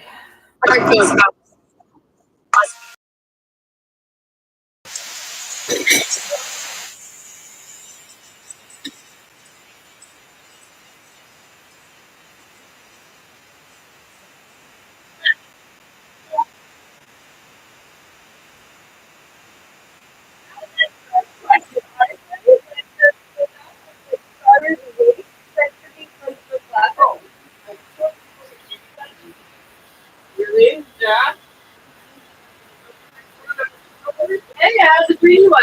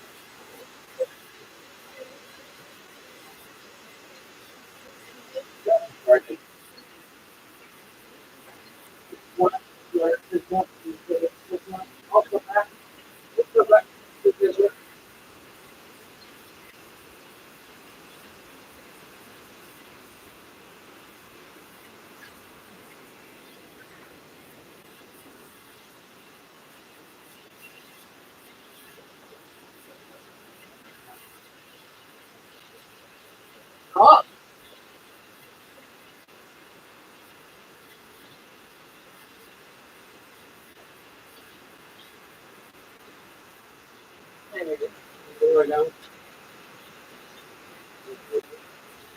Yeah, you're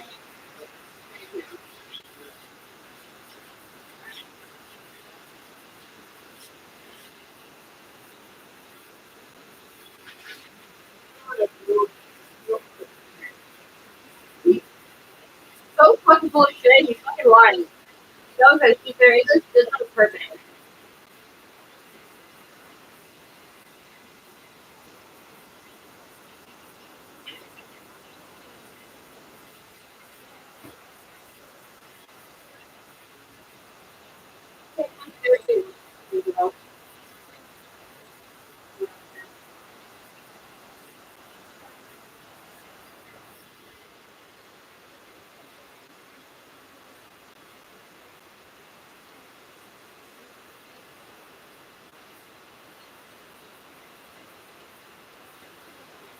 Thank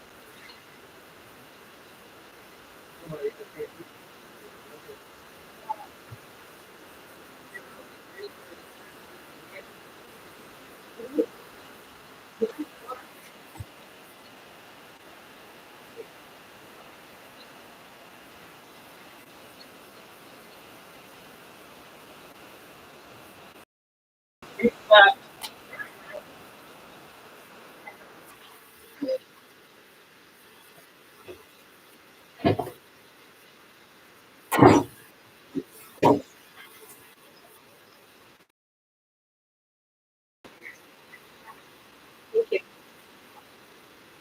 Look at that magazine, Let me put it there.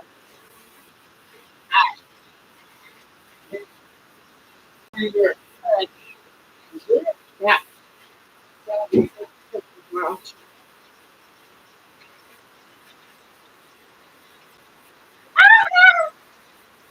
It sound.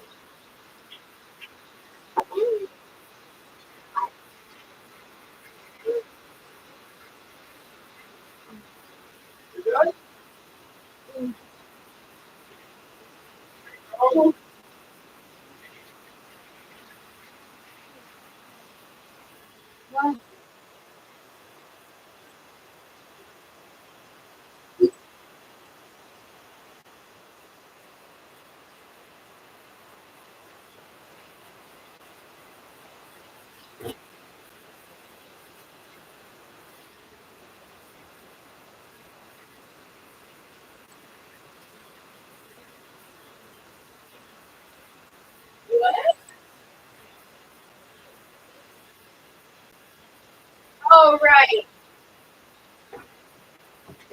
No, because they had warnings that he was violent and made the kid already made threats and tried to kill his classmates and shit. And then they got him a gun because they thought he could go to the street to get some of his anger out.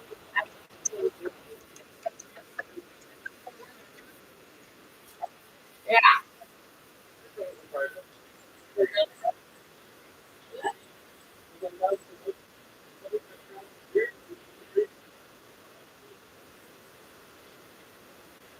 Oh, they really just said that.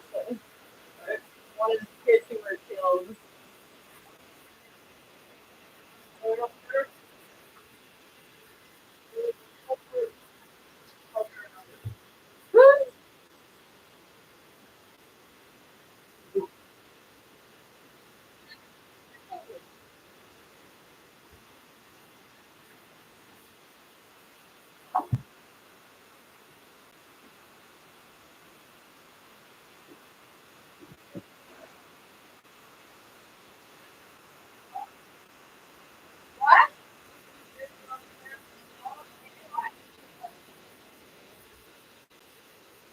wants me to have it.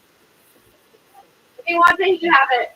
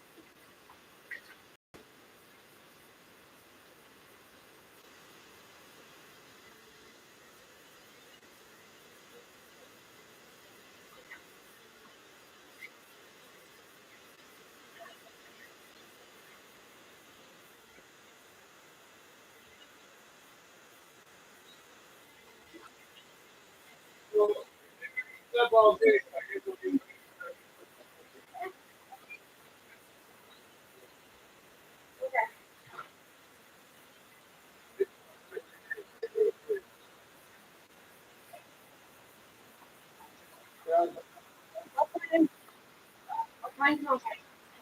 You want to get for 7? No. Yeah, I'm getting them at that time. I'll get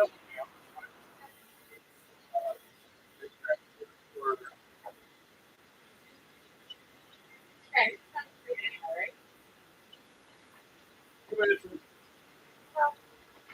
I love you.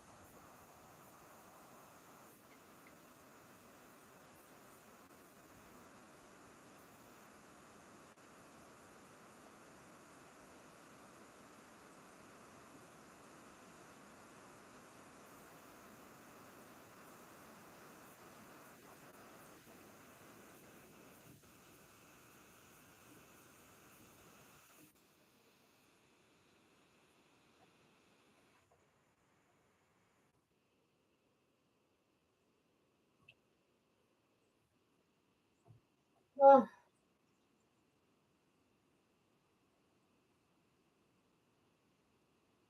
mm.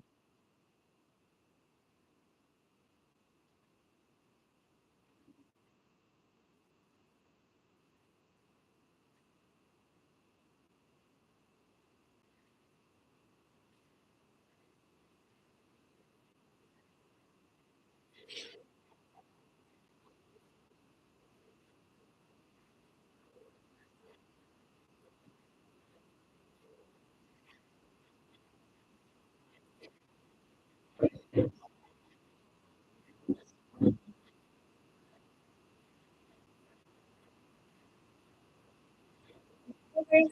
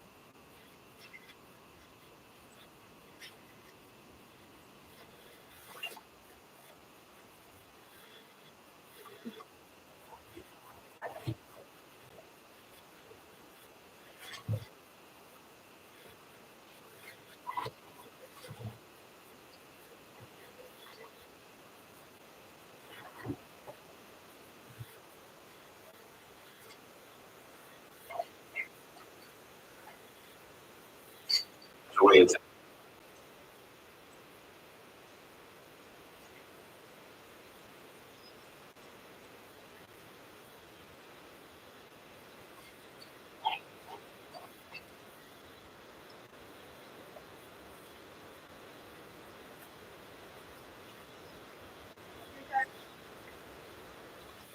Oh,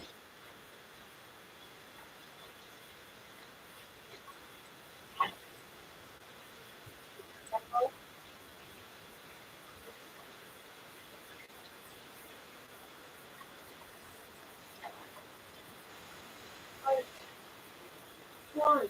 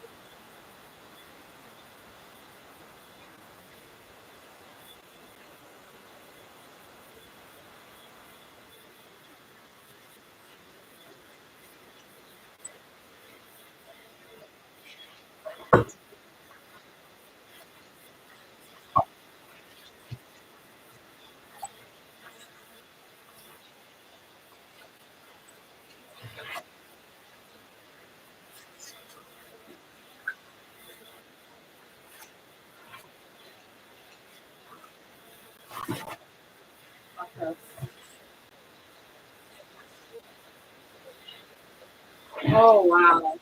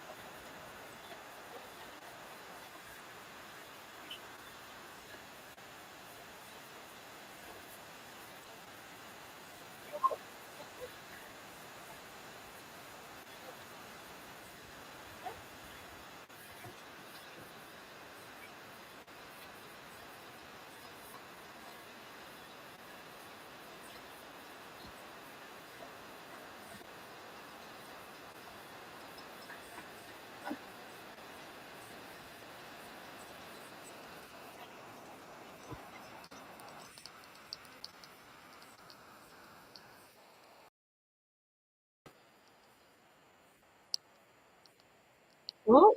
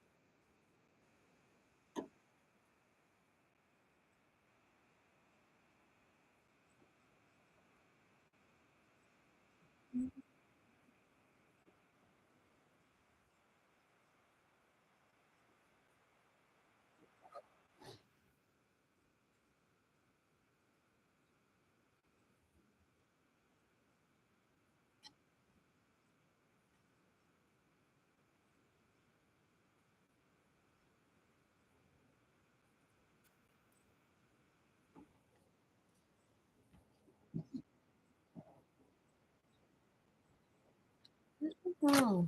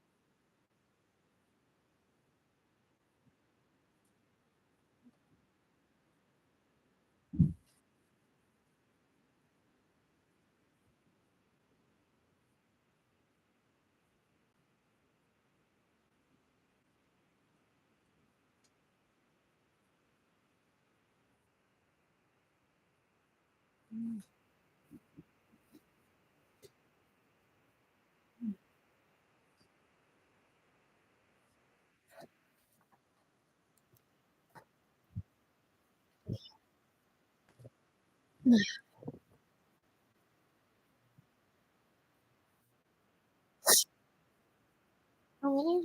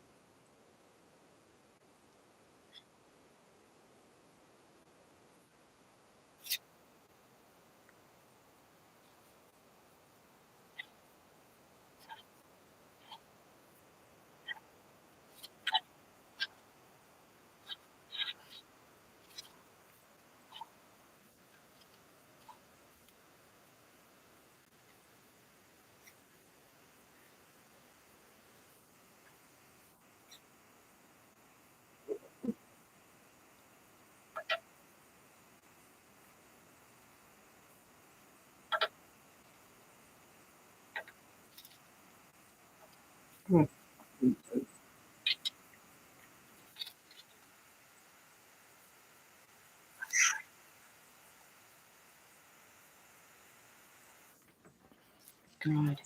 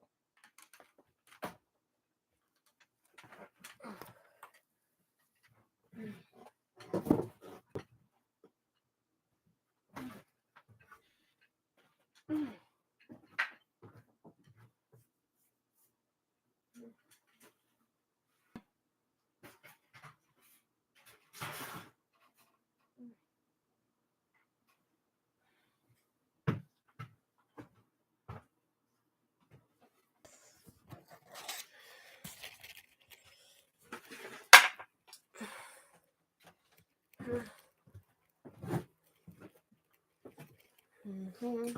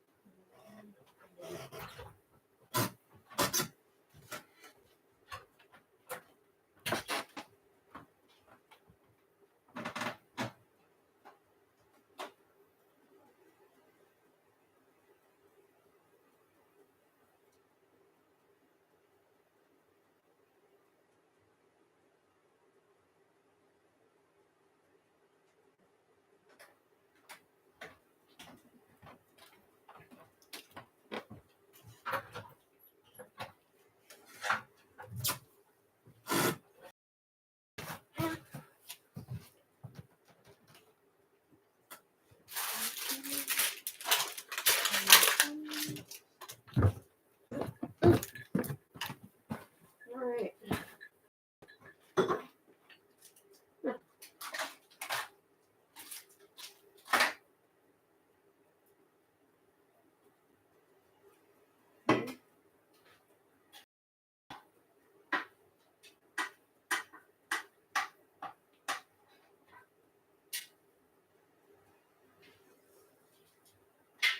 Alrighty.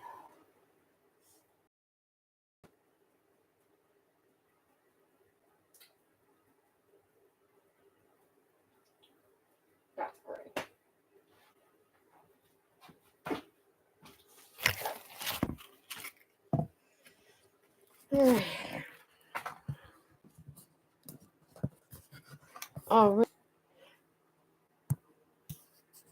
okay, we're fine.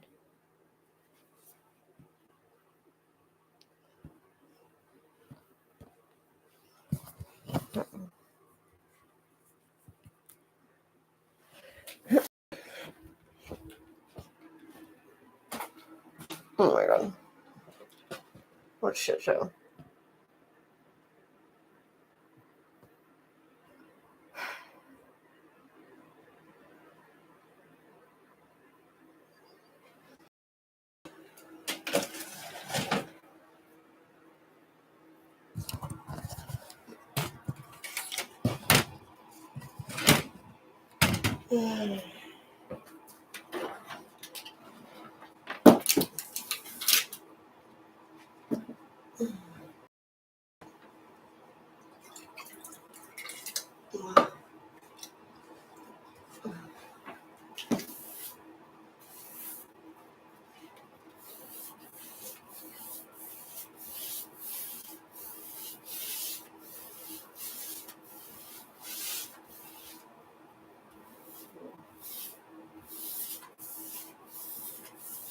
Wow.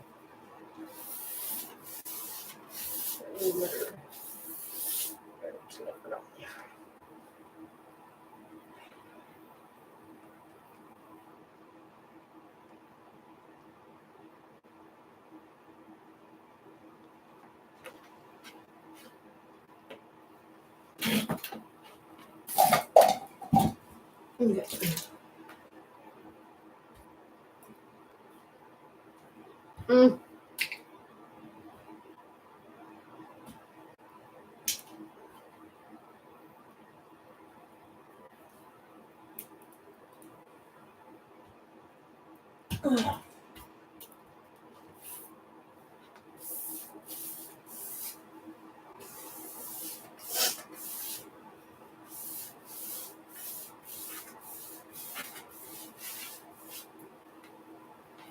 Yeah.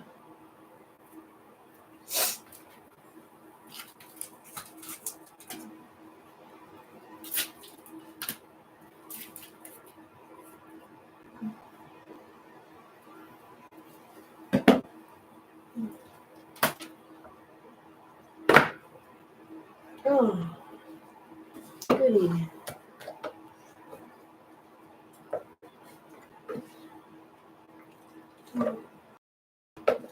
Okay. Okay.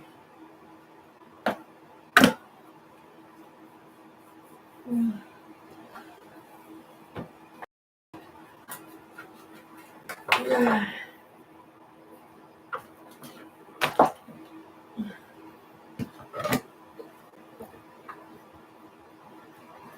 Mm.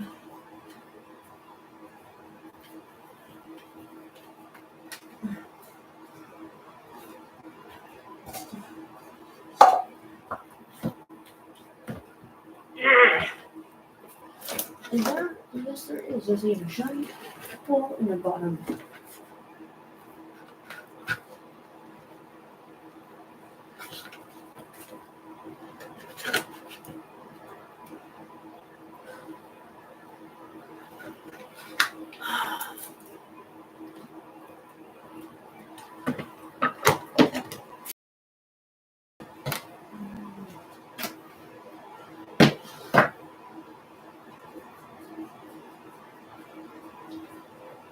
Okay.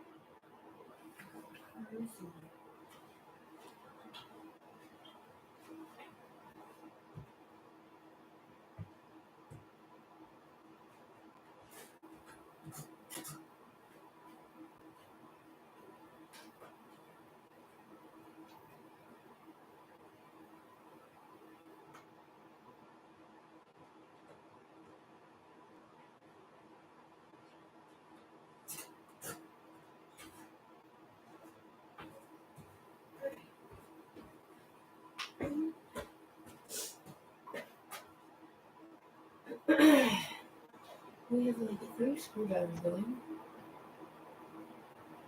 That is not helpful.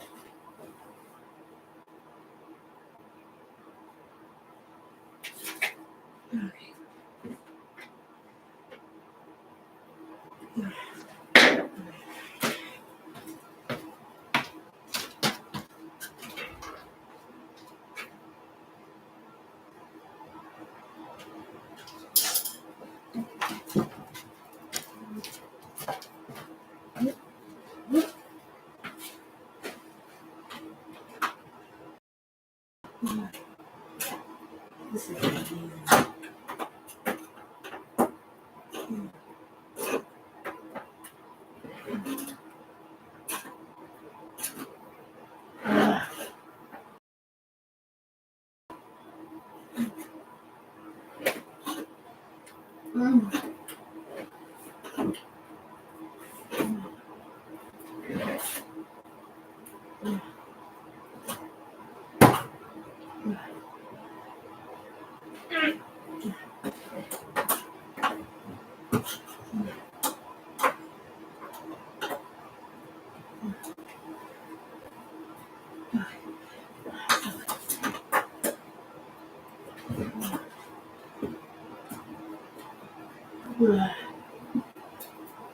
Oh, very favorable.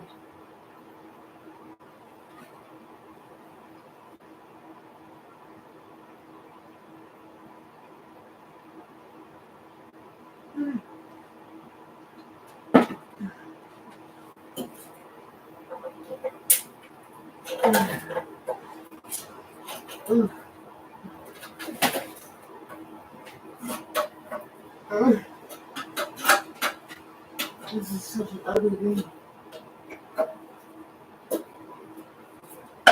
Oh, God.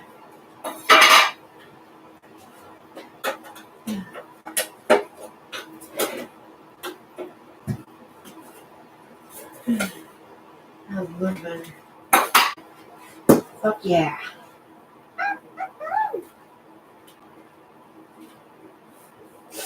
Okay. We're hopeful.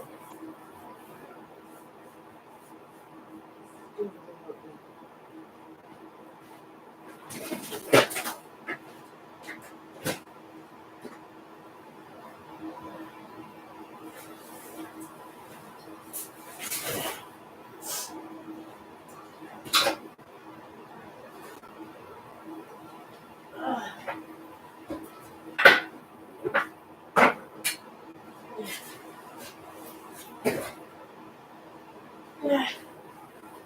All right.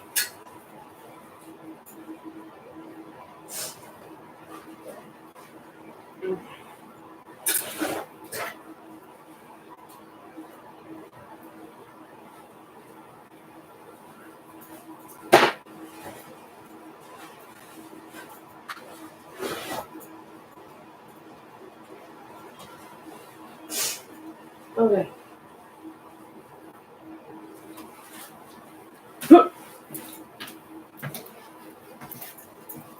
Need duct tape.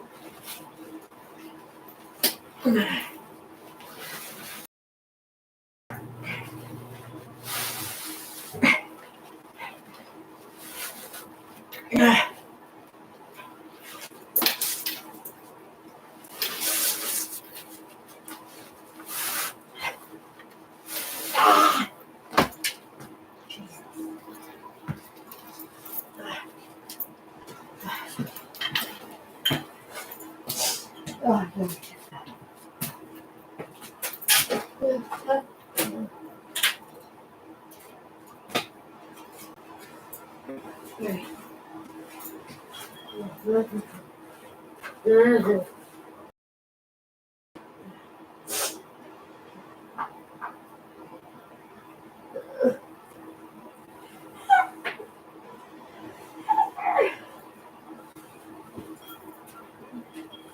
Oh, jeez.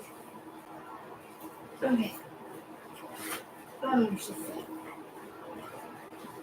Ah, so sick. Ah.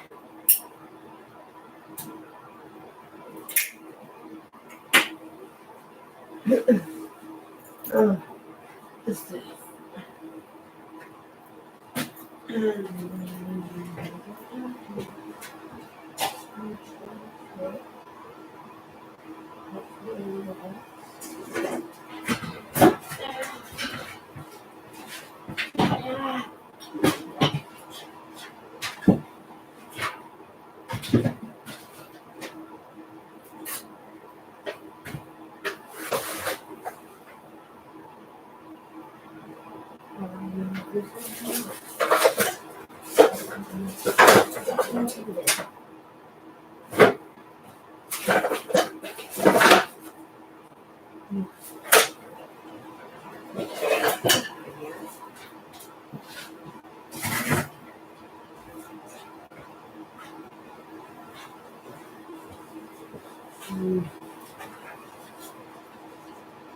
Okay, here's the next idea. So far, ideas have not been right.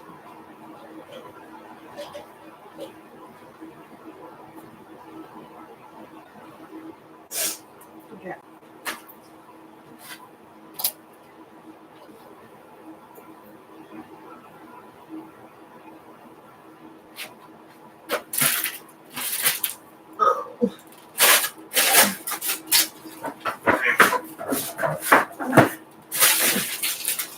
I'll take this.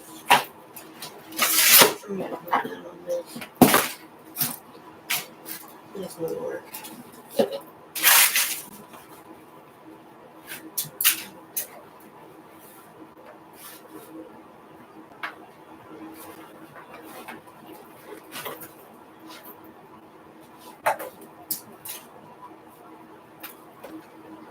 Where am I going to put tape? I'm going to lose tape. Okay.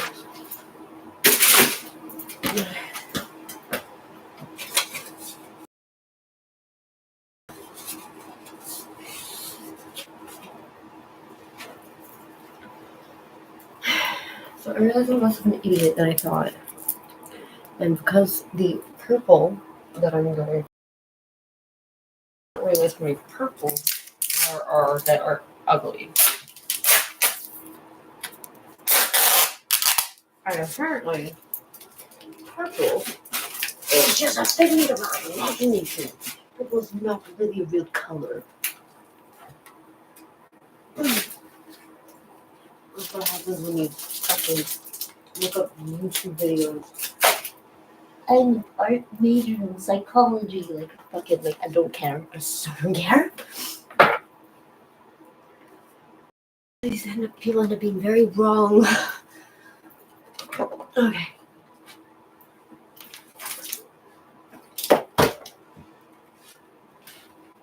Oh wow, that's a shit show. What are we doing with this? Okay, I'm gonna take this thing. Let's scrape all that shit out.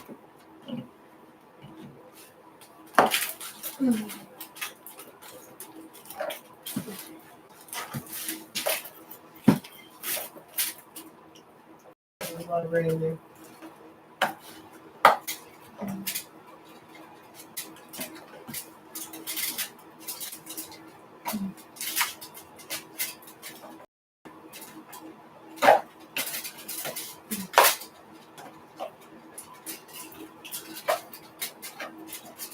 On top of that, I also have learned recently that it depends on your base color.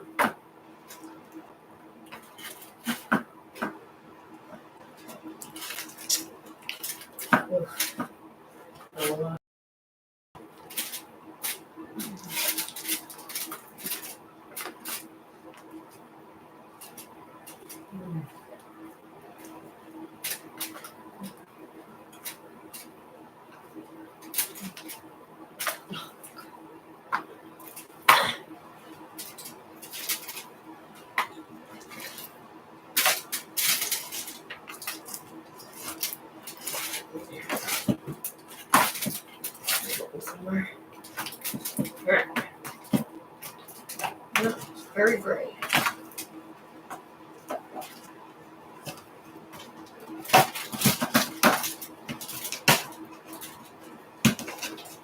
Alright.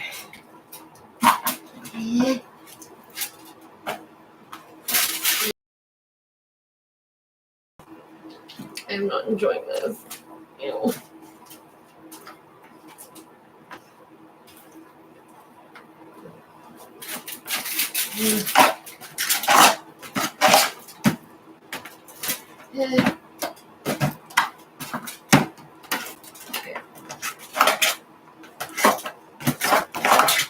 Oh.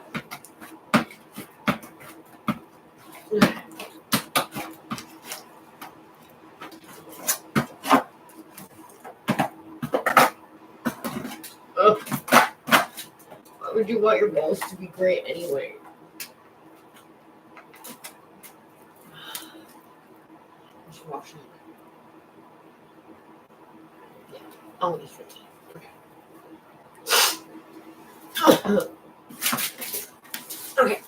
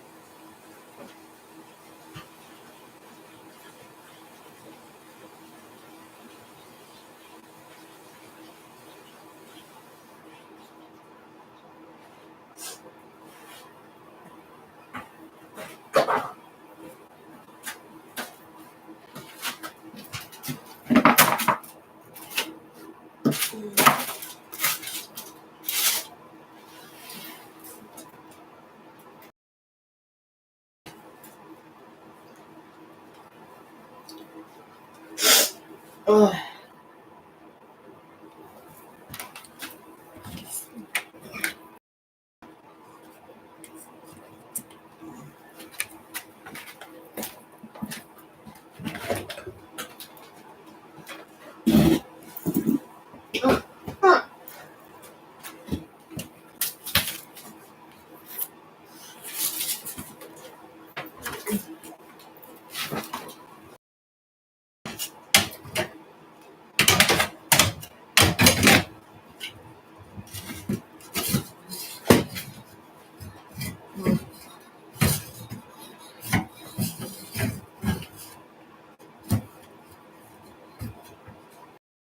Oh, I thought I got taken away.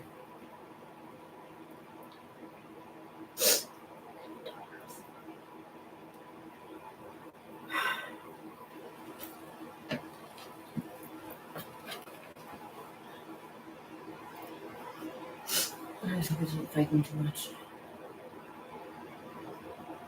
It's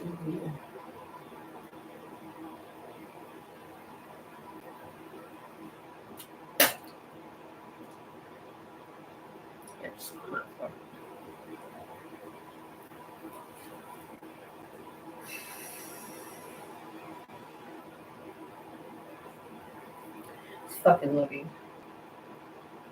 1984. Let's help you next. Have the opportunity to get started today. Oh, he's gonna bring his girlfriend. You know, like, I respect Rhea. I don't like Rhea. I fucking give her respect her. I go fucking real as shit. And that's what's so real. You only get 100% of Rhea. 100% of Rhea. Just fucking pain in the ass. Very. My brother was telling me that she would let him break up with her. And he was like, we're over, we're done. And she's like, okay, well, I'll call you tomorrow when you calm down. I was like, did your girlfriend say no to breaking up with you? He was like, yeah, pretty much. I was like, good for her. I like her. Good fucking loser. And I read this and did a double take. While some cancers have been declining in older people, some of these studies show that cancer is on the rise in younger adults. So what's going on here exactly? Yeah, so here's where we have to be a little bit careful with the numbers and the math, and this is really a case where the devil is in the details, because cancer mortality is going down, and that largely reflects the fact that we have better treatments for cancer than we ever did. But as screening programs have become more and more expanded over the years, when you look back over the past 20 to 30 years, so you compare like the 1970s, the 80s, the 90s, and now after 2000, because we that we used to, we are more aggressive at detecting earlier cancer than we used to do. You make more cancer diagnoses, but you have less cancer mortality. And so I don't know that this finding is as scary as it is sometimes portrayed to be. Obviously, nobody wants to get a diagnosis of cancer. And there is an element to this of the fact that, you know, as obesity rates go up, as people are maybe not exercising as much as they used to, where diet is maybe a less healthy than it used to be as people eat more and more junk food and pre-processed foods. There's certainly an element of that in there. But I think a lot of these numbers are really just reflective of the fact that, you know, if you do more cancer screening, you will find more cancer. What matters to a large degree is whether people are actually dying from the cancer. There we can say quite definitively that cancer mortality across the board is pretty down for the majority of cancer. So let me go to one specific one. I saw this one and thought, well, it seems to me when I heard of fatty liver disease, this was definitely, something that older people got. We used to think encouraged by drinking. Now you're seeing younger people getting this specifically, fatty liver disease. What is it, and are you concerned by what we're seeing? I mean, I'm concerned in the sense because it is kind of the same cause. So let's be very clear about what we're talking about. Fatty liver disease, what we usually refer to as non-alcoholic liver disease or non-alcoholic steatohepatitis when it gets more severe. That specifically means that the liver disease that you're experiencing is not due to alcohol and not due to hepatitis virus or something that This is usually a consequence of obesity, metabolic syndrome. So again, a lot of the lifestyle factors that lead to the accumulation of fat in the liver can lead to inflammation and can lead to chronic damage if you don't reverse it. And so you are right. This is something that you used to see in older people, especially as we start to pack on the weight during middle age.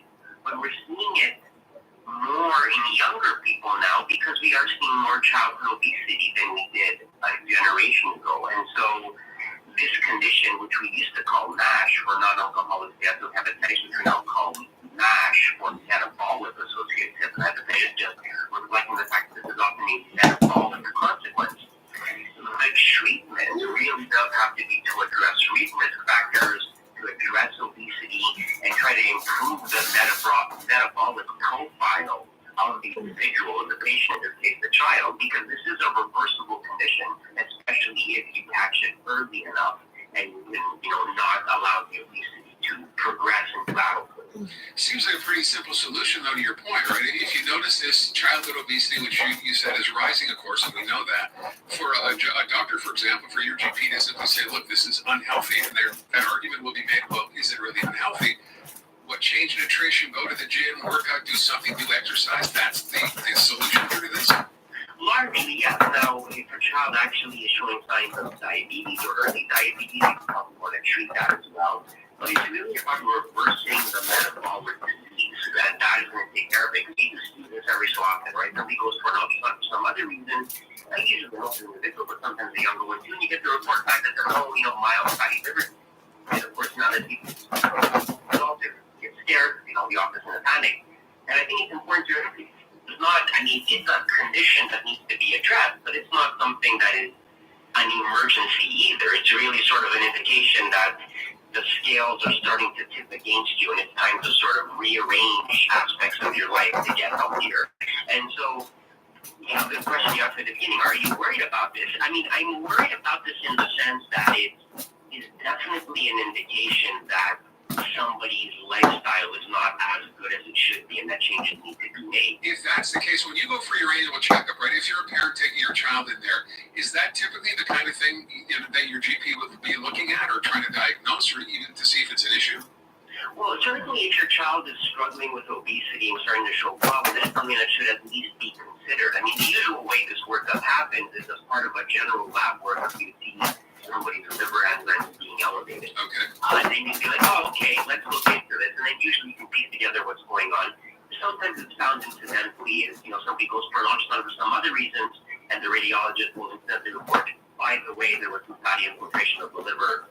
And again, that's usually a sign that you have to explain what is going on here, and then, be mindful of it and start taking the steps to try to reverse it. So if there is even that indication, right, if it's not even to the point where we're going to say this is serious, something has to be done, but you have that first indication that there might, that, you have a fatty liver, or at least the beginning of one, is it enough at that point to simply say, okay, I don't want this to get any worse, and I will just change my lifestyle, my nutrition? Is that where you begin? That is where you begin, and the problem is that, that's easier said than done. Sure, of course. Now we live in a situation where a lot of people don't have a GP, and you're sort of bouncing around from person to person at each visit, so you don't have that continuity of care that you might have had 20 years ago. But that is the thing. I mean, people often accuse me and accuse physicians in general of just being, pill pushers, right? Oh, take this medication. In fact, in many situations, if we could get people's lifestyle factors in order, that would be very effective. The problem is it's hard. We often don't have the resources to make it happen. And a lot of the things that you would normally want to use, like consultation to a dietitian, let's say, or seeing like an exercise specialist, those are often not covered by Medicare. And so to pay out of pocket for that, if you don't have insurance, that becomes a little bit problematic. And so you end up doing the best that you can in the time you have available to you. And that's the hard thing to do, those 15-minute visits. So I think most physicians are doing the best that they can. But that is the treatment. It really is the change of lifestyle factors to try to reverse some of the metabolic dysfunction that's going on. Last question. If you end up in this situation where, you're diagnosed with fatty liver disease, or your child is diagnosed with this, what's the outcome here? Are we talking about liver transplants at the end of this? What happens at the end of the road here? Well, it's usually reversible. Now, if the thing is not addressed and the inflammation persists for years and years, what ultimately ruins your liver and every organ is chronic inflammation over years, and then, cirrhosis, and then eventually the liver fails. But this is not usually what you see in this case. This is usually sort of an incidental discovery, and by treating everything else, blood pressure, diabetes, cholesterol, getting some exercise more, you usually address a lot of these things incidentally along the way, because you're sort of doing everything as a package deal. I think that's the other point to remember, is that we don't treat diseases in isolation. We treat them in conjunction, and often what's good for your diabetes is also going to help you lower your blood pressure and reduce your risk of cardiovascular disease. All right. Dr. Labos, appreciate it as always. Thanks so much. My pleasure. Take care. You too. This is 24 Hours of 800 on News Talk Radio, CJAD 800. KJ Cardinal Funeral Home is proudly family owned and operated, having been in service to the community for over over 50 years helping families and loved ones navigate some of life's most difficult moments. They offer pre-planning services, comfortable and spacious visitation and reception rooms, cremation on site, as well as a unique columbarium that is integrated in their breathtaking chapels. J.J. Cardinal Funeral Home. Let their family serve your family with understanding, compassion, and integrity. Call 514-631-1511 or visit jjcardinal.ca. Wait, this is all included? Yep. And this too? That's right. All of it. Okay, and this? Yes, sir. Even this. Oh, must cost a pretty penny. Nope. $89. Wow, only that? Only that. Switch to Bell and get 500 internet and the best TV service with 10 channels of your choice, including sports networks and even Crave for only $89 a month. For details and to check availability, call 310 Bell. Bell. Switching just got better. You're listening to the Voices of Montreal News Talk Radio, CJAD 800, an iHeart radio station.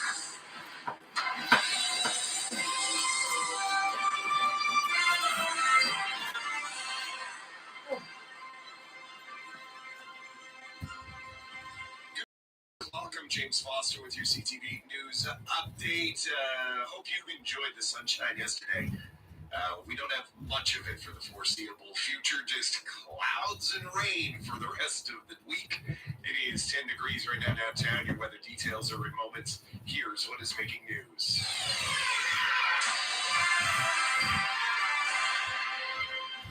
Consultate Quebec is investigating the death of a 27-year-old woman south of Montreal. Police called to the home in Candiac yesterday after a relative was concerned, having not heard from the woman in a while. At the scene, they found the woman's body. It's believed that she had been stabbed. Police are not confirming that the investigation is now a murder, but several reports indicate that the woman had been stabbed inside her home.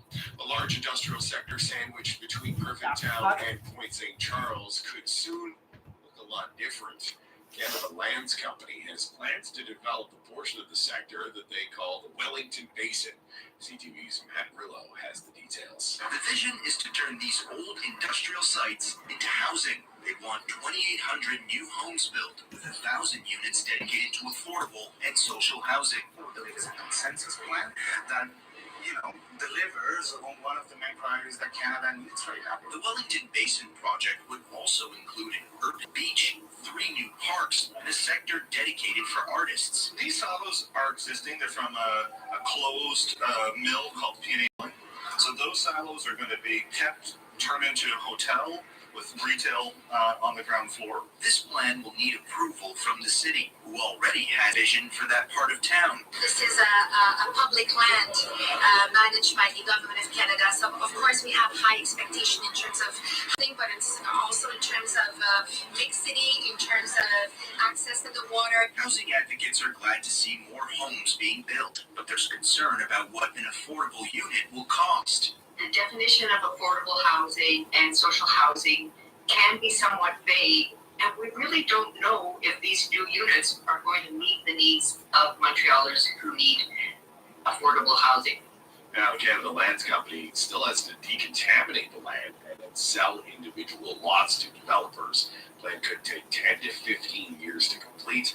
Our corporation hopes to get shovels in the ground by 2025. French Prime Minister Gabriel Attal will be visiting Ottawa, Quebec City, and Montreal for a 3-day trip to Canada. The French Prime Minister will land in Ottawa, where he is scheduled to meet with Prime Minister Justin Trudeau and Governor General Mary Simon. The 35-year-old Gabriel Attal will travel to Quebec City on Thursday, where he'll meet with Premier François Legault. Attal will later deliver a speech to members of the Quebec legislature. On Friday morning, he is scheduled to visit a school in the Quebec City area before he and Legault hold a joint news conference.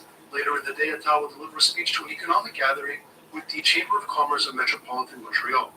Joseph Levaliette, the Canadian Press, Montreal. And from your Domevu Weather Center today, clouds and rain. That is just kind of the story for the next couple of days, really. It will still be kind of warm. High of 17 degrees is expected.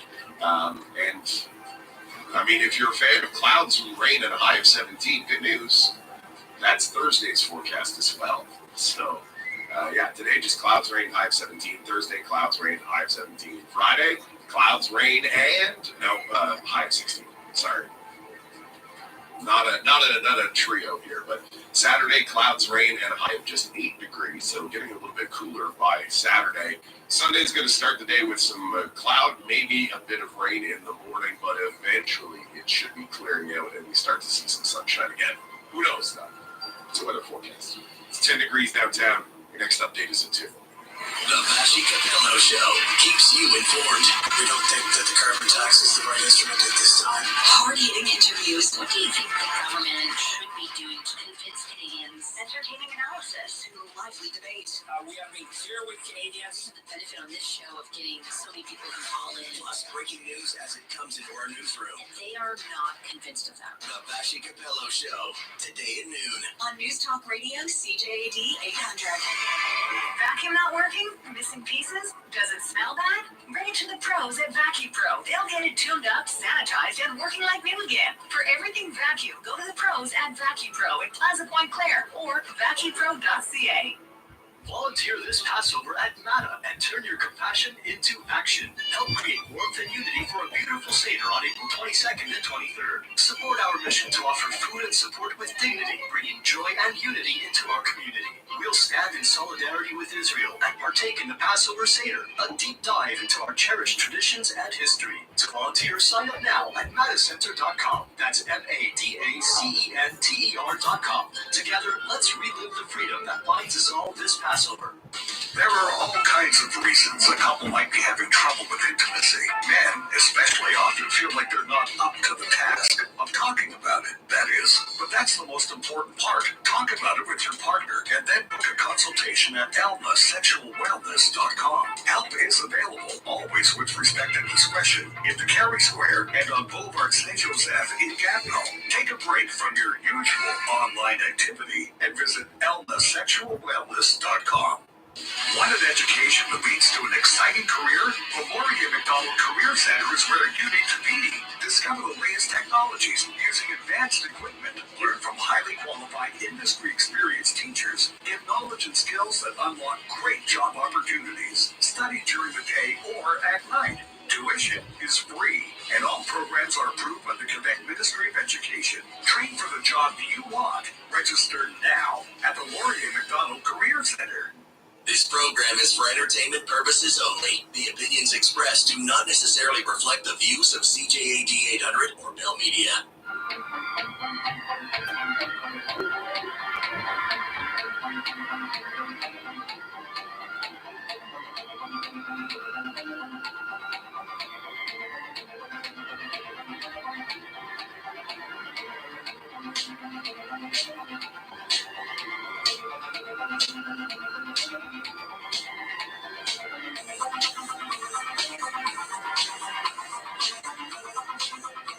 From the heartland of America and the gateway to the West, good morning, good evening, wherever you may be across the nation, around the world. I'm George Dory. This is Coast to Coast AM. Later tonight, secret messages from ETs.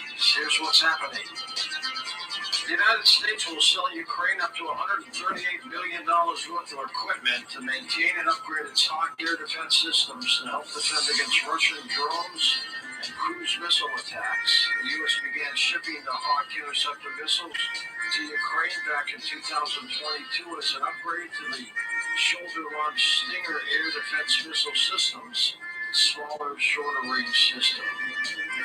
The parents of the teenager who killed 4 students in 2021 in a school shooting in Oxford, Michigan, have been sentenced to 10 to 15 years in prison, weeks after being convicted of manslaughter.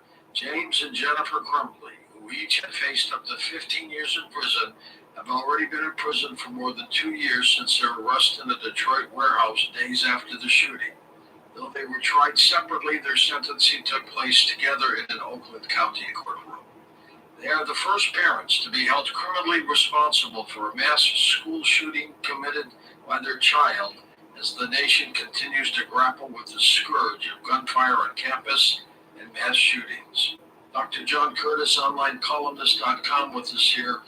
John, what do you think of this case? I think it's horrific. I mean, when you stop to think, George, that, we live in a culture, that holds individual responsible for their own actions. You kill somebody with your car, whether you pull the trigger on a guy. I think Alex Baldwin is going potentially to be retried for pulling the trigger on Hutchinson, the cinematographer. And when you stretch accountability now to the point where a parent is assuming liability and responsibility for the actions of their teenagers, it is really a slippery slope. It's not that I don't think that parents don't bear some responsibility, but the idea of an involuntary manslaughter charge, not negligence charge, but an involuntary manslaughter charge, inflaming a jury by statements prosecutors make to get convictions, that's fine. But when you do it with the intent, basically, of setting a legal precedent, there must be guidance on for criminal liability by the U.S. Congress. It can't be arbitrarily applied because some jury believes that these folks were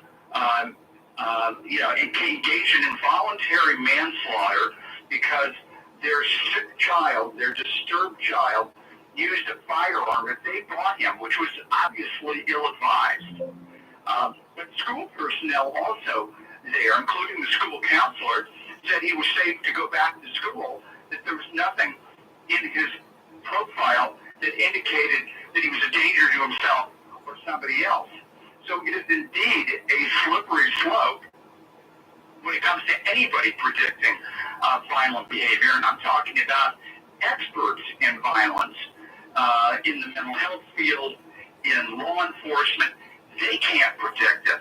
So how they can expect, and by the way, they expect the parents to make those predictions. I don't know how they can expect that, but by the way, was tried as an adult, convicted, and sentenced as a 15-year-old to life in prison without the possibility of parole. Now, granted, George, he did a horrific act. Frontal cortex, as the entire juvenile justice system knows, is not mature at age 15. So whatever you think of what he did, which was horrific, you cannot think that a 15-year-old deserves a life sentence without the possibility of rehabilitation. As far as the parents are concerned, I think they have been victims of a zealous prosecution with an unprecedented event that went in that courtroom. And will it stand as a deterrent for the future parents and guns? I think it will. But I think that they threw the book at these people, and I think they need to clean it up.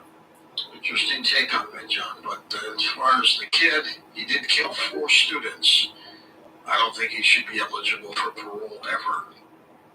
Almost every month, economists expect the hot U.S. labor market to start showing signs of exhaustion. Instead, it continues to plow forward full steam ahead. Last month was certainly no exception. Economists predicted 205,000 jobs were added in March, a slowdown compared to February's gain. But last Friday's data showed a shocking 303,000 new jobs were created that month. That's amazing. Catherine Austin Fitz, our expert guru, is with us. It's still steeping ahead, Catherine. Well, I have to say I don't trust the statistics because you have a lot of part-time jobs and jobs that are not, I would not say are not quality jobs. But I think it is true that there's enormous ability now to calibrate both what's happening in the existing population with immigration to very much fine-tune the population management to what the jobs are. So it doesn't surprise me that that one is matching up, that labor, supply and demand are matching up in this way. But I would say, from just as much as I've traveled, but maybe about 50 hours, driving by car in the United States in the last 3 weeks, George, and I have to say, the labor force in this country is under terrible pressure. Just terrible pressure. In what way, Catherine? trying to keep up with inflation and trying to keep up with just a tsunami of rules and regulations and sort of more control from central headquarters, whether it's company or government. So and if you look at where a lot of the job growth is coming in, it's coming in areas that indicate we are less healthy and more overworked. So I cannot be enthusiastic about these numbers, not yet. Okay, Catherine, thank you so much. In today's fast-paced and increasingly disconnected world, feelings of loneliness and social isolation have become all too common. While we often think of loneliness as an emotional state, new research from UCLA's Health Center says that it can have profound effects on our physical health as well, particularly when it comes to our eating habits and risk of obesity. Afterlife expert Daniel Brickley became addicted to chiropractors in 1977 after he was struck by lightning. Daniel maintains that without chiropractors, he would have never walked again. Many of our country's veterans need chiropractic care, but are limited by insurance to 12 visits a year. That's it. Daniel has helped create what is called the Whole Health Program so that veterans can get the health care they need. Daniel is here to tell us a little bit about that program. Daniel, you've done it again, my friend. Oh, it's always a pleasure, George. And thank you and Tom for doing this, because in working with the International Chiropractors Association and with Beth Clay, who I've worked with, she's the managing director, who I've worked with for over 30 years in integrative therapy.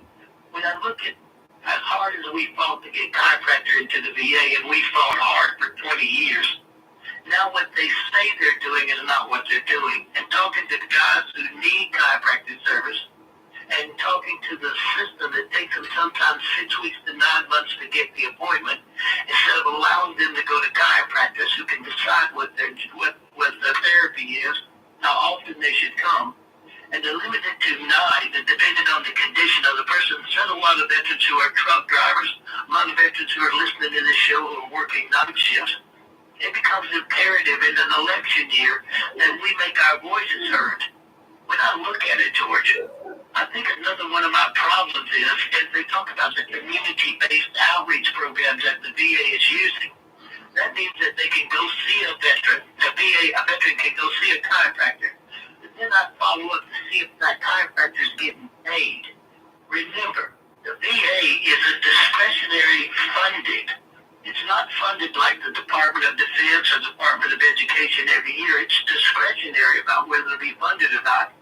And the VA is not paying doctors for performing the kind of help that we need. I'm a big proponent of chiropractic, and people don't realize every nerve flows to your spinal column.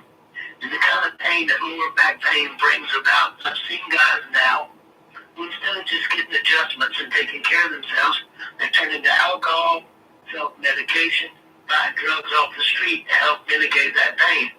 So what I'm going to ask everybody to do is call your congressman. Everybody, especially if you're a veteran or you're a caregiver, you already know what I'm talking about. Call your congressperson and say, we need chiropractic moved into the whole health program. Help create the whole health program, looking at integrative and complementary therapies and get it into blind care. Because you cannot drug someone to safety, and you cannot drug them to make them incapacitated.